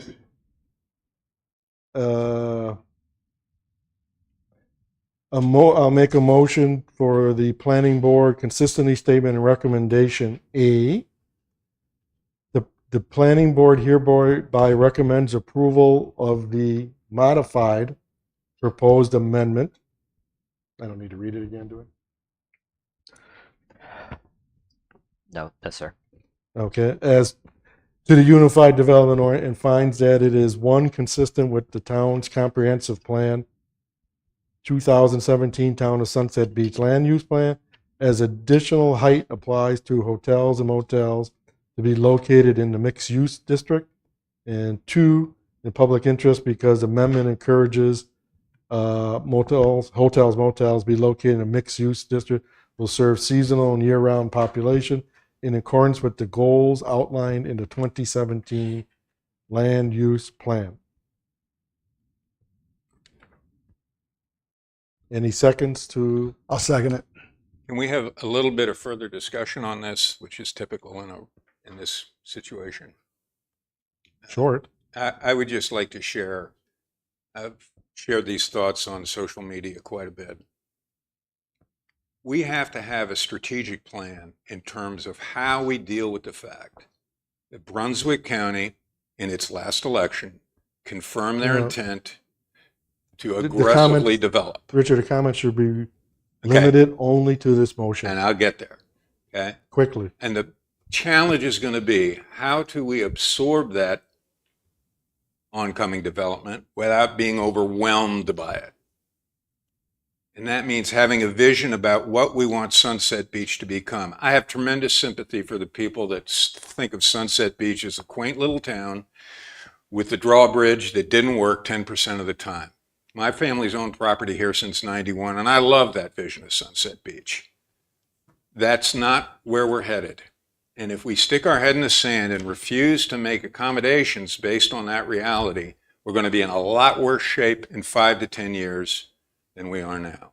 And to my mind, the Mud District is crucial to that. Okay? How can we create a village sensibility? It is the only commercial asset where we can do that. And that is why I will vote for this very simple tactical change to the UDO with the idea that we still have time to look at the potential impact of this particular application going forward. So I vote aye. Stuart? Aye. Jerry? Aye. Aye. The ayes have it.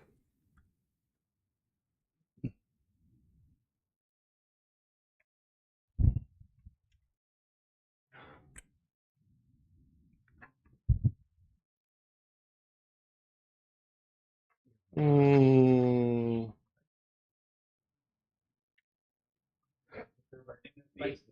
No, they're not yet. You will be.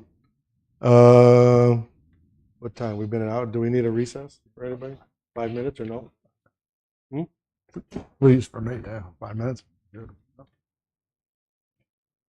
Let's take a 5-minute recess or recess. So the time is now 10:33, I think my phone said. So I'll be back at 10:38.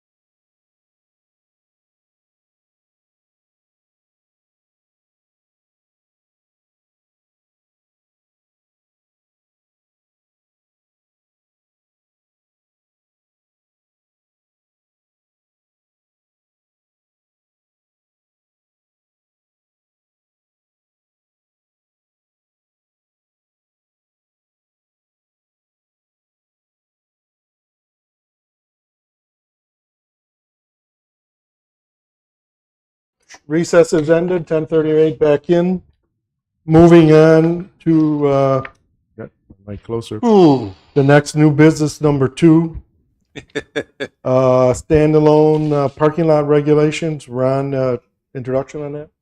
Yeah, I'm just going to ask that the planning board table this one at the moment to give staff some additional time to do some more research, look at some pending legislation and those kind of things that may be impacting some things down the road. So, Okay. So I'll make a motion to table this to a further meeting. Any second? Second. All in favor? Aye. Aye. Duly tabled. Good, I can add one later now. Back. The next item is tree preservation. UDO Amendment 3.35. Back to you, Ron, too. yeah, I apologize. I was trying to get my notes over here organized. All right, so what we're proposing, this is a staff initiated amendment. Since the adoption of the new UDO and the tree standards, town staff has worked with many residents trying to build new homes and add additions to their homes. And many of these owners have encountered issues with the new code provisions regarding tree preservation, especially with the owner's inability to replant the required amount of trees that the ordinance has for that. So previous code, I've got here on the screen, previous code, you had preservation standards applied only to heritage trees. And I won't go through all the heritage trees, but the screen there lists what a heritage tree was. And those heritage trees are for multifamily, non-residential, major subdivisions, and then planning and developments. That was in the previous, the code adopted prior, that was there previous to the Unified Development Ordinance. Replacement trees in the previous code was on a tree-to-tree basis with a minimum 2-inch caliper at DBH when planted. So if someone removed a live oak that met that threshold, then they just had to replant it with one tree, which that's, was manageable for a lot of homeowners. So the new preservation standards though, so the new code added regulated trees as also being preserved, and along with your heritage trees. Mitigation is 1 inch to inch. So for every inch removed on the site, you replant however many number of trees it requires to get back to that. So if you remove 70 inches of trees, heritage trees and regulated trees, then you've got to replant 35 2-inch trees or whatever combination to get to that 70 inches. And what we're finding is a lot of homeowners don't have the property, the land, to actually be able to replant those trees. I mean, that's just kind of trying to identify the issue at hand. So we've, and also the new code does allow for credits if you retain a heritage tree, provided that heritage tree is not located in a 404 wetland or a required setback or some type of buffer. So trying to summarize the code, the previous code, do a little code comparison, if you will, kind of what's changed. So correct me if I'm wrong. Where the issue has come up, where you have individual lot owners trying to build a house, and when they try to build their house, they have to take out regulated heritage trees, whatever those they don't have enough. They may have existing trees. They can't. And they don't have any space to put right new trees. Right. And there's an example on the screen there. And just for there are specific questions I'm going to answer. We do have Dustin Graham, who works with who's looking at most of these trees and working with the homeowners, and as well as Carrie White, again, our chief building inspector, who are here on a day-to-day basis, and they're dealing more with these issues on a day-to-day basis than I am. But just as an example, you can see the number of trees on this property or even this property, and by each individual dots. And where I mean, for disclosure sakes, I think both of these are on my street. Right. I don't know. I didn't know that. Yeah. But I'm not associated with any of the builders, the owners, or the POA. So I didn't know that nor realize that. Sorry about Yeah. So I understand what they're up against because there was a heavily wooded area, which is why I moved there. So it does require tree to put any house virtually on someone, no matter where you put it. Right. You cannot not affect the tree. Right. I mean, what we're finding, homeowners aren't just wanting to clear cut properties. They're wanting to try to work with the existing trees on the site, but they're being, and correct me if I'm wrong, but they're looking at when they're having to replant the trees, they're finding difficult. We can't do it, so therefore they don't have the area to replant the trees on their site. So staff has come up with 3 options for consideration.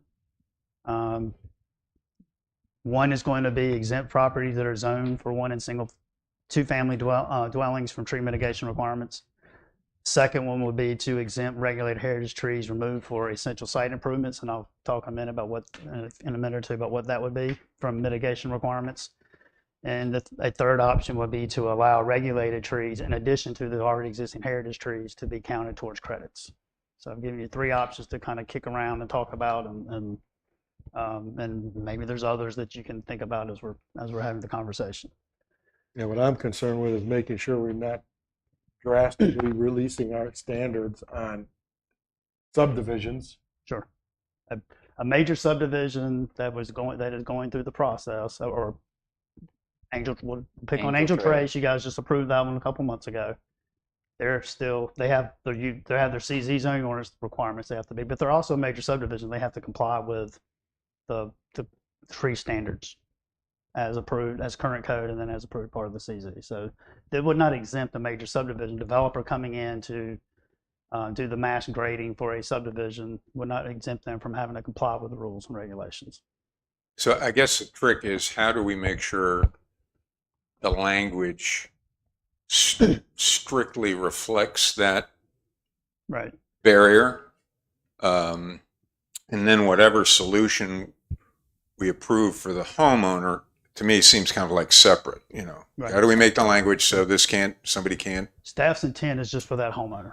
Okay. As we're presenting. Should we hear from Dustin maybe now on what's going on? Or Do you want to talk specifics, what you're up against? Basis?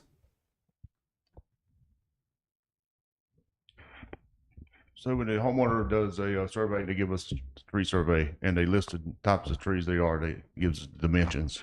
Like the survey is that one that's on Ocean Harbor. They cleared a lot, but they had a total of, time I figured up, was 160 inches that they have to replace back. So that's 80 trees at 2 inches. So you got a 50 by 100 lot. What are you gonna plant 80 trees at? So that's some of the challenges that we're looking at when when I do these, when I look at the surveys, and then I issue the permit to the homeowner and tell them what they have to do. So in terms of this actual application, the homeowner wants to clear cut. No. Some of them do. Some of them do. Some do, and some want to leave. They don't want to remove the trees. They only want to remove the trees where the house, the driveway, or their stormwater system is. And now that total tree removal, in terms of what they would be required to replace, far exceeds what the lot can handle. Right? Yeah, time you look at the canopy size and the size of the tree, yes. So just off the top of your head, I mean, what do you see as the most workable solution in terms of providing the homeowner relief without completely removing the incentives to keep trees? Like give for the house, driveway, stormwater system, give them that because there's no provision for that at all. So in essence, could we create a standard that says, okay, given a survey, any tree that you remove from a driveway, stormwater, or within a certain circumference of the house, you get a pass. In other words, you don't have to replace those trees. Yeah. Now, anything outside of that definition, if you choose to cut them down, you do. Yes, but I wouldn't go back to the diameter of the tree. I would go back to like 1 and 1 to give them space to plant trees, especially when you have a wooded lot, a heavy wooded lot. I'm comfortable with that for most, but when we get to live oaks, some of the heritage trees, because the diameters of those tend to be far more significant. So you might have a 30-inch heritage tree and you cut it down and you got to replace it with a 2-inch. That doesn't seem to me to be what we want. Now how we, I mean, I get why that would be desirable, but I want to try and create some incentives that when somebody looks at a live oak, they go, okay, if I have to cut that down, and you may have to, there's a difference between the consequences for cutting that tree down as opposed to a loblolly pine or a red oak or whatever. Or you give them credit for what they have already owned a lot too. So, okay, I've cut down a live oak tree, but I've left 10 trees of this diameter. That's the credit. Yeah. Stuart? Credit for all trees, not just heritage trees. Right, regulated heritage trees, yeah. It seems like a big difference between somebody who wants to clear cut their lot versus somebody who's just wanting to select cut around their driveway in their house. If they want to clear cut it and it's got all this heritage trees on it. But they won't get any credit because they didn't save any. Right. Right. So they'd replant. But They'd have to replant. They would have to replant, but see, you only exempt the house and driveway in the stormwater system. Anything else outside, they would have to replace. So can I go through each one of the options? Yes. And then we can have Don't go too conversation far. and maybe even combine a couple of the options Yeah. based on what I'm hearing conversation. Okay.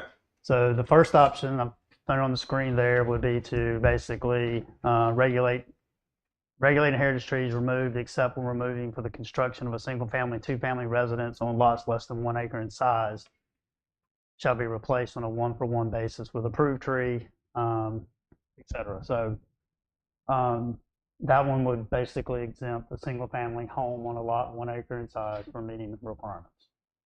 I'm a But that little would- uncomfortable with 1 acre. So that, I'd prefer something a little tighter.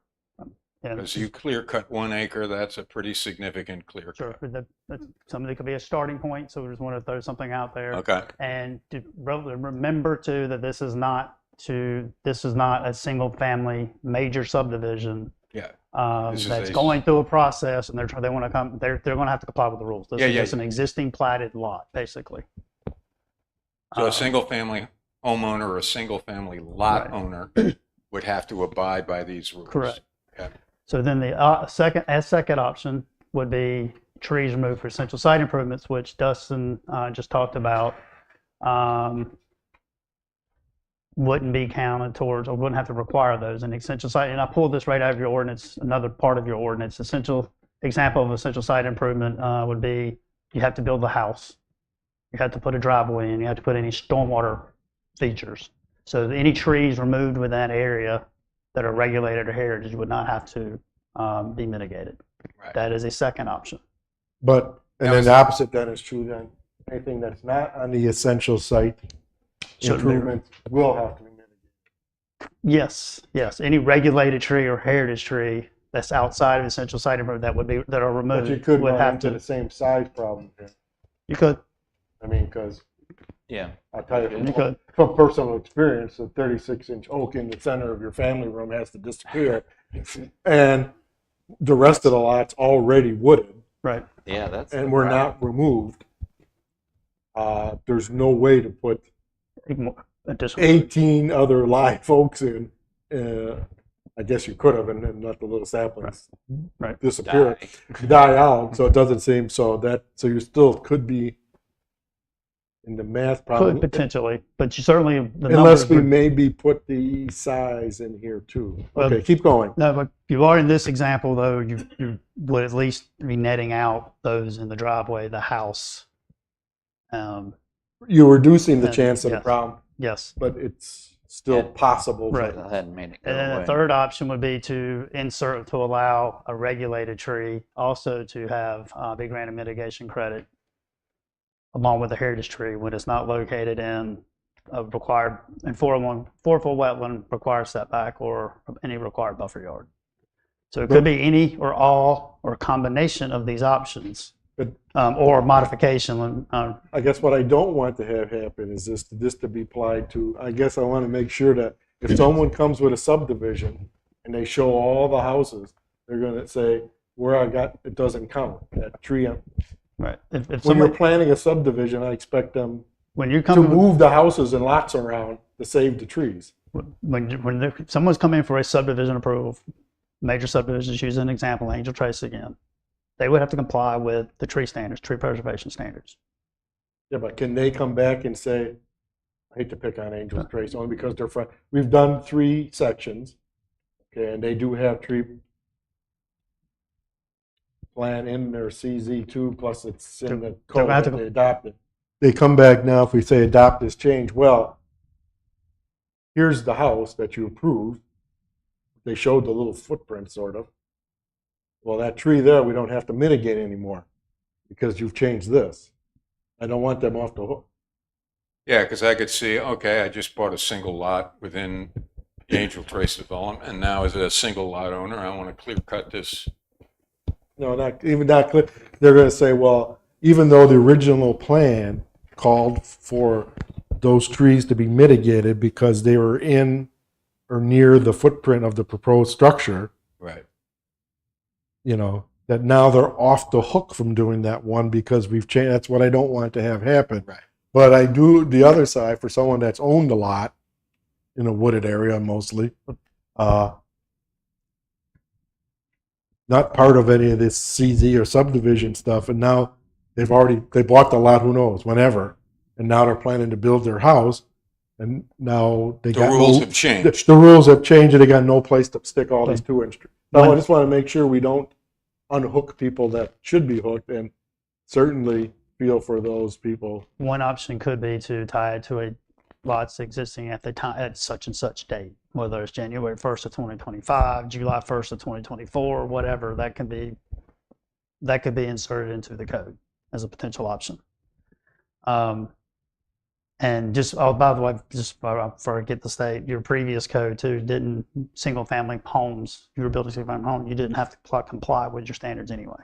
You didn't have to, if you removed a heritage tree, you didn't have to replant that heritage tree, or you didn't have to mitigate a heritage tree from previous code. So we created this issue with the new UDO.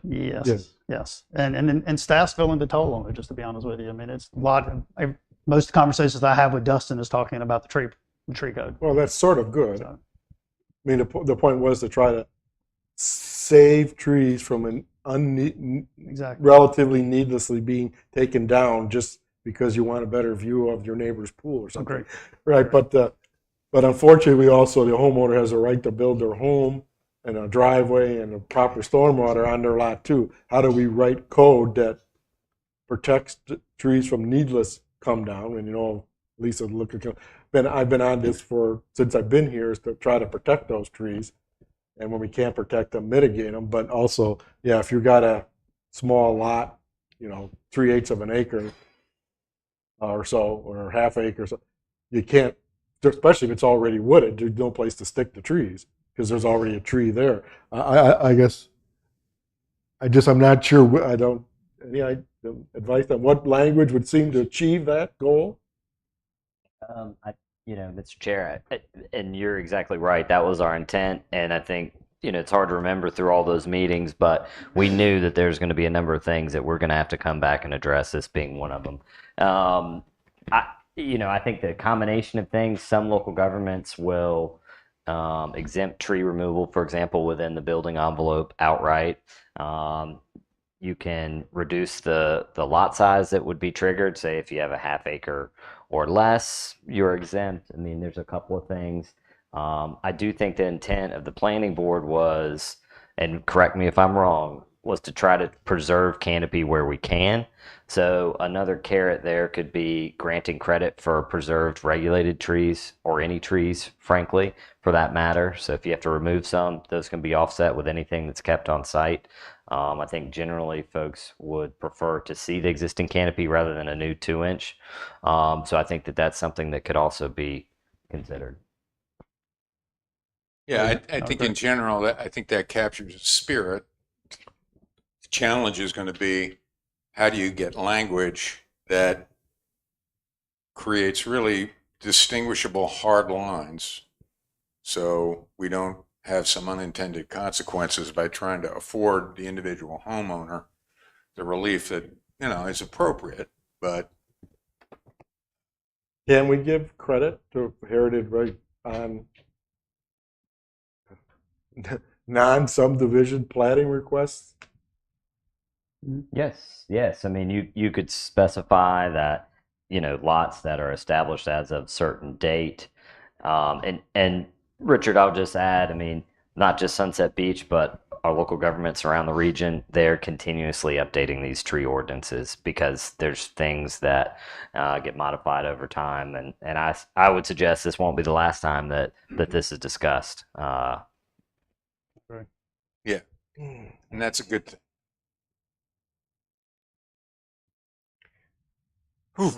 I'm not sure. So how do we think we get there?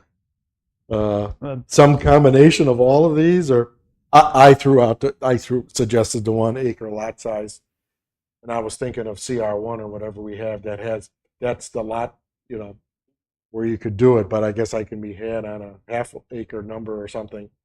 I just wanted to figure that on a bigger lot, you have more room to put some trees generally, but maybe not.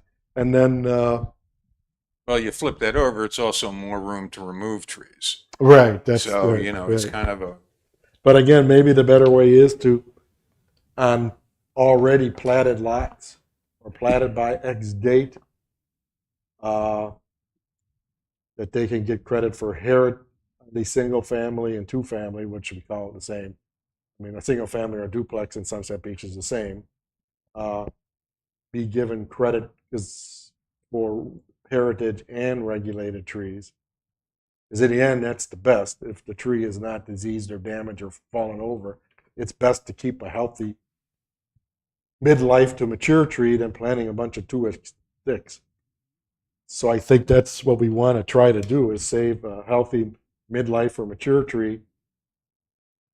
So maybe giving credit, I don't know if we have to say platted by the date of this code. What was the date? September 9th of 2023?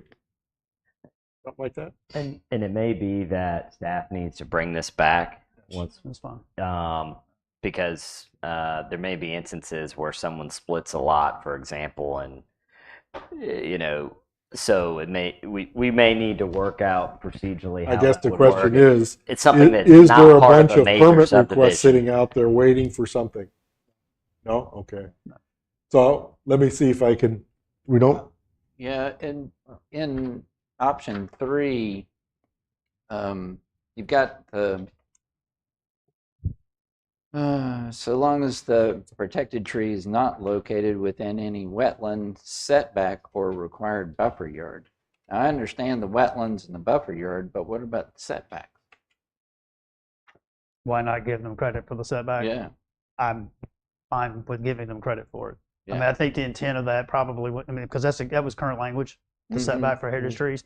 My guess is, theoretically, should you be removing trees outside of that setback unless you're trying to tie it back? So trying to incentivize Right. the applicant or the homeowner or to retain that tree to give credit. okay, so That'd be my guess. I the wasn't here when it was summarized created, direction for the staff. We know what we don't like. We don't want people clear cutting those lots when they don't have to. Correct. For needless reasons that doesn't involve the safety of the structure, the building of the structure, egress and ingress to the structure, stormwater. and stormwater and stuff. Right. So we want to give them credit for saving heritage and regulated trees outside of the, let's just call the necessary building envelope or something, because we want to save as many midlife to mature trees as we can. And in cases where they feel the need to take one down, then they still have to mitigate those. Do we then care on lot size, or are we going to say lots platted before dates? You need to think about that, or, And I mean, obviously a teeny lot. So do we still, if it's less than a third of an acre, I don't see how. you can't do it, period. Yeah. So I don't know, maybe a half acre or something would be, instead of my original 1 acre suggestion, might be still appropriate. So we maybe need to consider, at least keep that on the to be considered item and then come back next meeting with some language Sure. with less options because we 3 options and 4 board members lead to a tough vote. Right. So my notes I just jotted down. Right. So I think consensus is what I'm hearing, at least seeing some heads nodding, or let's figure out how to give credit for preserving at least the heritage and the regulated trees outside of the what I'm going to call essential site improvement areas. I think that's Second right. one is consider, do we want to have a more reasonable lot size regulation or not? Half acre or doesn't sound like you guys are comfortable with the 1 acre, potentially reduce that to a half acre. And then the third thing I wrote down was, do we want to consider tying it to existing lots to a specific date? Existing platted lots, as of whatever date, whatever that appropriate And I date guess is. the other thing, to make sure we're not letting off the hook major or minor subdivision, one that have already been approved, and then a few, even though we don't have a lot of large tracts, there's a few left that they can just place the house in a place where 3 oaks are. Saying, see, we don't have to. I don't want don't want them off the hook because they have the ability to move everything around to try to save trees. So that's going to be the toughest one, I think, to incorporate. But in other words, if there's because they're looking at a piece of dirt and a tree survey, and they can either move things around to save trees, which is what we've been able to accomplish, I think, recently. I think in both cases, I've seen what I thought was a reasonable effort to save trees. But I don't want to give them, say, well, if we move this around, if we put the clubhouse right where the big oaks are, we can get off of all this mitigation. Yeah, definitely want to apply to the clubhouse. But I was Right. in my mind, You know what I'm saying? as you're making this statement in my mind, and you use your neighborhood, for example. You said that both of these examples are your neighborhood. But my guess is at some point they went through a major subdivision process. And majority of the lots that are in the town at some point, if you look back in the records, went through some type of subdivision Every process. lot went through some subdivision. Correct. So that's where it kind of gets a little. We got to figure that out. Yeah, but you understand what I'm saying. Absolutely. Yep. Absolutely. One other thing I'll add, in some other local governments, they will reduce the amount of mitigation that's required for if you're constructing a single family or something that would be applicable to this. So it might not be 1 for 1, but you're required to do a quarter or a half of the mitigation. Could be another option. But the other thing we talked about a while back and didn't include was if you can't fit it on the site, giving you a fee in lieu, or no, to put it elsewhere, like in town, or well, couldn't you? And then we just thought that was just way too complicated to keep track of. Correct. In other words, if you had to take down a tree and you couldn't fit it, but you needed 10 live oaks that you could put them in the town park or donate them to the town or another builder. We just thought that would be just a mess to keep track of. But I guess I'm open to hearing that again. I guess if look at Lisa, just if you could fall out of her chair, you would right there. But would another potential solution be in that case? Can we institute a process where the homeowner or lot owner can apply to the UDO administrator for a waiver that would reduce the mitigation by half, that would get them back where, okay, yes, there's enough room on the lot. Okay, staff has enough to work on? Well, yeah, and we'll look at other options as well. And just to respond to what you just suggested, Mr. Dysinger, would be, if we have waivers that are done by administratively, like the UDO administrator, we have to create objective standards. If there's any subjectivity to it, it would have to go to a quasi, like a board of adjustment or something. So if there's a way to create objective standards, it can be reduced, mitigate, waived for 1, 2, 3 reasons, and those reasons are objective. Right. Then it's something we consider. So, otherwise, it would have to go through a quasi judicial. My last and only question is when. If we have an action item here, when will we have it? Well, let's bring it back to your next. Assuming we're meeting next month. Yes, we are. Let's have it back in front of you next month. Okay. Yeah, no, this has been very helpful. Thanks. Whatever that third Thursday is, from 21st. Today's. Mr. Chairman, to your point, if the town council approves the tree board establishment, that is something that board could look at, and that may be a viable solution. I guess I don't know what that is. We are, I'm in the process of getting Tree City USA designation for the town, and one of the requirements is a tree board. And that board would be instrumental It's kind of in an act, 'cause public trees. a board comes from a tree. Never mind. Looks like your next Okay. meeting. Looks like your next meeting is December 19th. Okay. We'll be in a So we'll bring Christmas that spirit.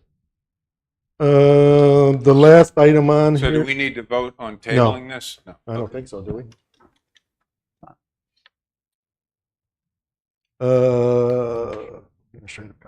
No, the last item was just a discussion item. Yeah, so we can Also for future meeting, I guess Oh. we can. push that one to next meeting if you want. In fact, I can do it like a Reader's Digest version, just to kind of get you thinking for next. Yeah, just a month. background of what we're Right. looking at maybe. So we have standards for filling, grading, and excavation, and the current code separates island standards, and you have 4 different options depending on how if the lots next to you are developed or not, and then you have one mainland standard.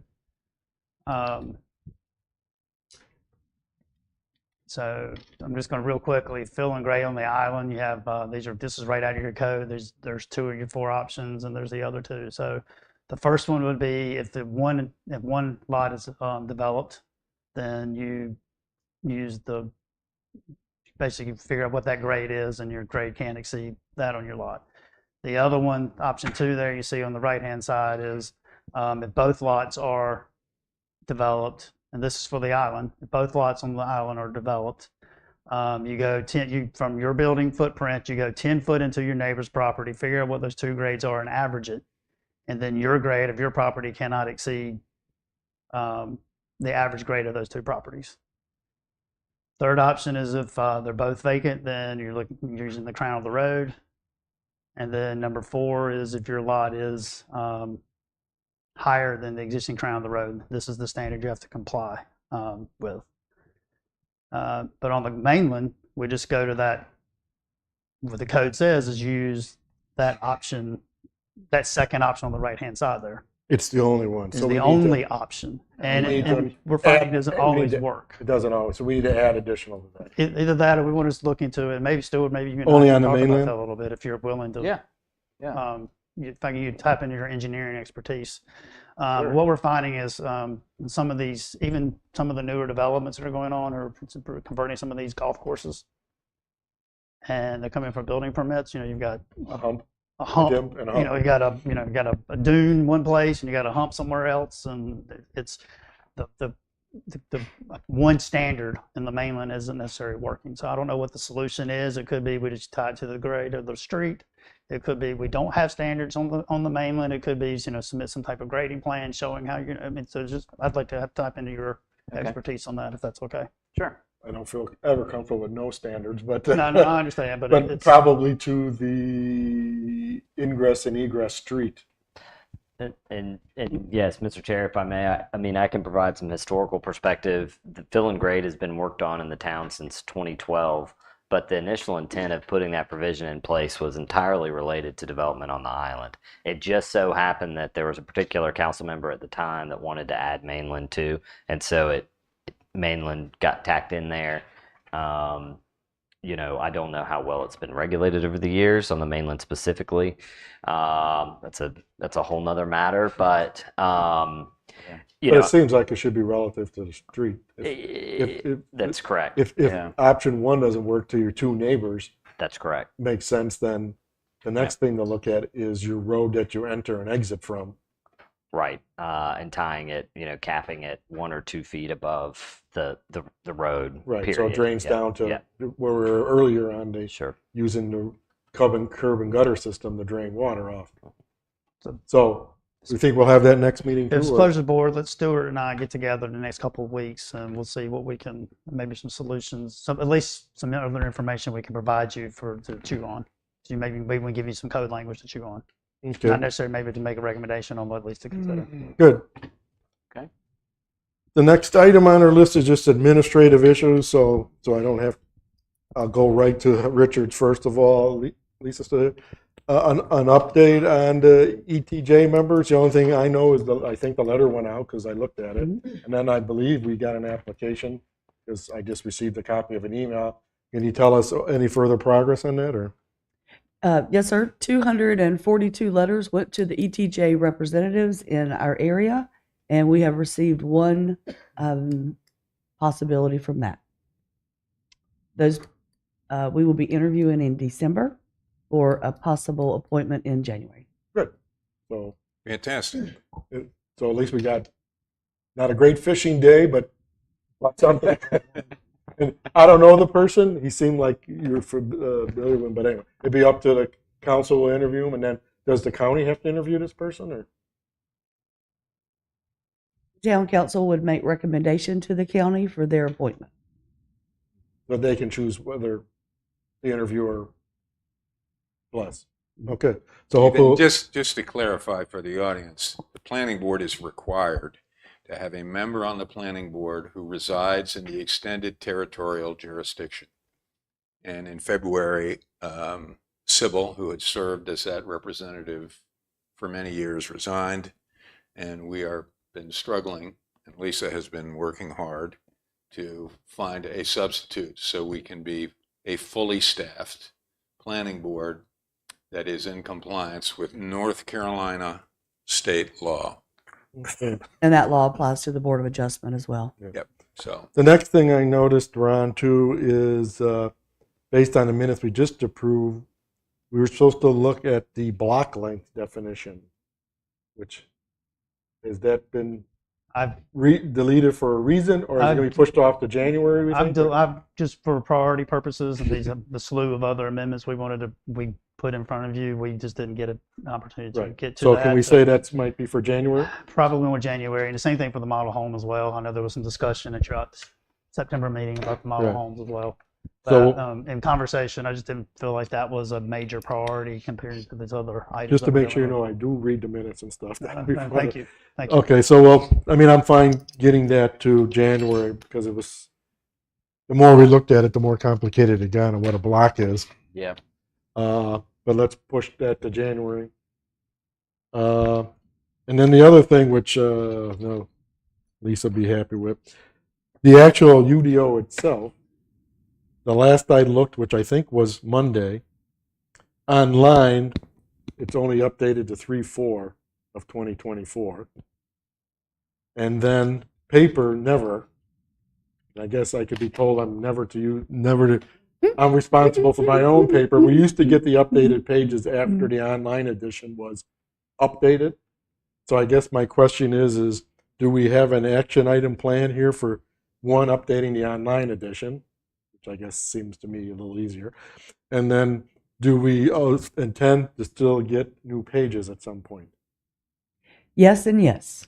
Kimberly and Wes have been working to make sure that we have captured all of the UDO amendments that have come through since March.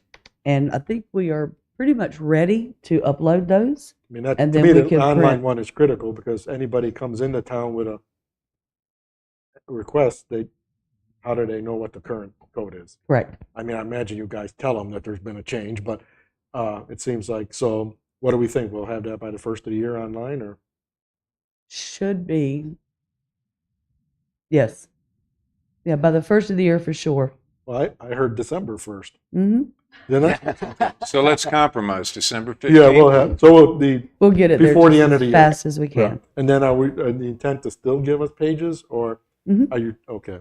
And that will probably be done soon, meeting after the online is done, probably. Yeah. So could we set a expectation that before the next planning board meeting, the online is available? Yeah, that's December 19th. We can set anything you like. If it happens, it might happen. It might I'd not be happen. happy with It's- that because once we've set it, I mean, hopefully you'll comply, and if you don't, we'll jump off that bridge when we get to it. I like action items with dates all the time. Mhm. Okay. And so- we're fine with that. So the goal We is, just put out the flyers. the objective is to have the online updated prior to the next planning board meeting, which I think is December 19th, somebody else that, and hopefully before the next monthly meeting in January, we might have some new pages available. Is that fair? Would you rather just have a complete reprint? No. The way you guys used to do it, just give us the pages. I guess I was been used to that in my engineering life to fix my books as the. Well, page numbers have changed as things have lengthened and reduced. Well, So the page numbers I may just not be hate the to, page numbers again, anymore. use too much paper. Or maybe a section. Yeah, if you have to do, I mean, you just have to look at that, I guess. I have no problem taking out pages and inserting pages. And then the little summary chart on the front, it says when it was updated. Keep that in my book. We can do that. If there's a problem, let us know. Okay, any other administrative issues? I think take care of that. We know our next meeting and then meeting after that. And again, this is our second area for public comments. I know people were asking before whether they could comment, so. Ron, just before you enter that, just Yep. something else we're doing at the COG level, and we'll be working with Lisa on, is been several legislative laws have been approved in last session, and we need to go through that legislation and determine if our codes need to be amended to be So possibly compliant, another January item? to be compliant with that new legislation, and if so, what are those changes? So we're working on those, trying to identify anything that may need to be changed, and we'll bring that forward Great. as we can. Oh, joy. Okay. Right. So, as before, public comments, come to the podium with your name and address, and then 3 minutes to speak. My name is James Knapp. I live at Colony Place. When we moved here, there was a standard of architectural integrity as shown along this stretch of road, which is beautiful. Now every structure built is uglier than the last. There's Stepford Wives, plastic clone homes and condos. How radical would it be to propose an aesthetic standard? Albeit to me, it seems too late.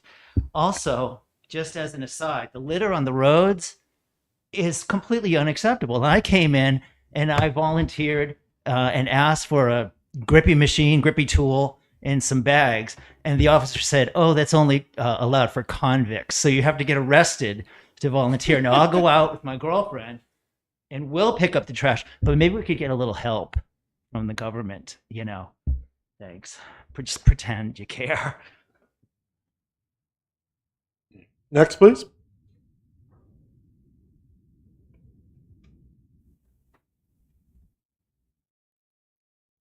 Steve Strini, again, High Market Street. And I was thinking when you were having your stormwater discussion earlier in your meeting, and I've always been fascinated on how subdivisions are built here with a series of stormwater ponds and the piping and where the water goes, you know. So I think the water runs downhill eventually and goes into creeks and rivers and then runs off. So I'd like to talk about the Calabash River. Calabash River runs, as far as I can tell, in Sunset Ridge, crosses the highway. It goes through the sanctuary, crosses Angel Trace and into Sea Trail, and then it continues on. So I haven't been back there in quite a while, but on Angel's Trace Road, that was breached by a hurricane, I believe, back in 2016. And what's left there is just a pile of rubble, and the pipes are just laying around there, you know, just broken up and sitting there. So I would think that that would be something that would be tended to, would be fixed, because I don't think you want to really hinder the flow of water. You want that water to continue through efficiently.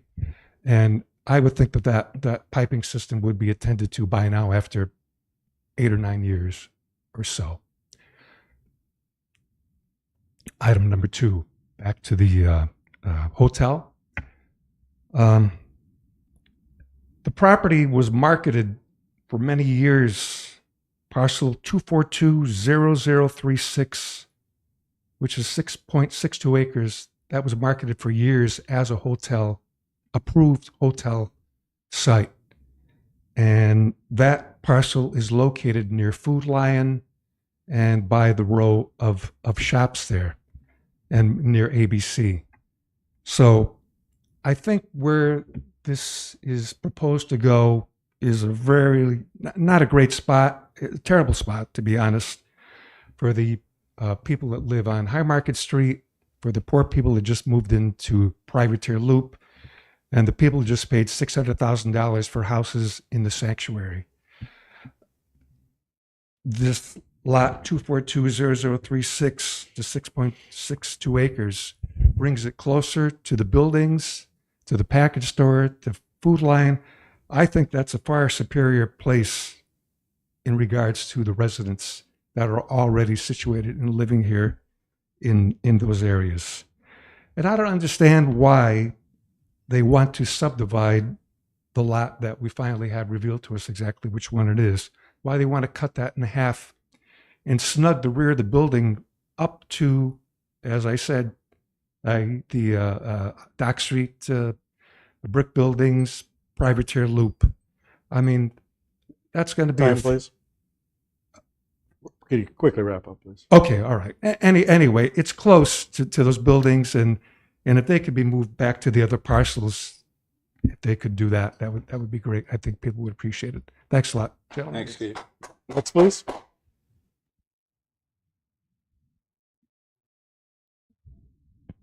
Hi, Kelly Way again, 7610 High Market Street. Thank you once again for your time. Thank you for your service. I am a passionate Sunset Beach owner. And I realized the vision. I moved here for the vision of the walking out of my townhome here, going to the Mexican, going to the Italian, and eating and going to the grocery store by foot. It's great. Since the new apartments came in, we've had a lot of other activity that might not be as safe for me, even though I still get out. I pick up trash as well. A lot goes on in that area. If we are going to put a hotel there, I don't want to step out my front door and turn left and see the back of a hotel with dumpsters and trash and things like that. I mean, I would love the hotel to go a little bit further down the street, as Steve was saying. But I think you really need to think about it. The 80 room might be better, and they can situate it to face forward versus having the back. And you guys talk about these trees in the other amendment you were talking about, the beautification, taking trees down, everything. You need to think about that when this hotel goes up, because you're right, the sanctuary is right behind it. They just built $600,000 to $800,000 homes. And I just want you, I implore you that if this happens, please look at how they situate it and what it's going to mean to the people that are walking out their front door and seeing this. Thank you very much for your time. I appreciate all of you. Thank you. Next. Anyone else? Okay, thank you, everybody. Well, last on our list, there's nothing else, is I need a motion to adjourn. I so move. Any second? Second. All in favor? Aye. No nays? We're adjourned. Thanks, everybody. Thanks, everybody.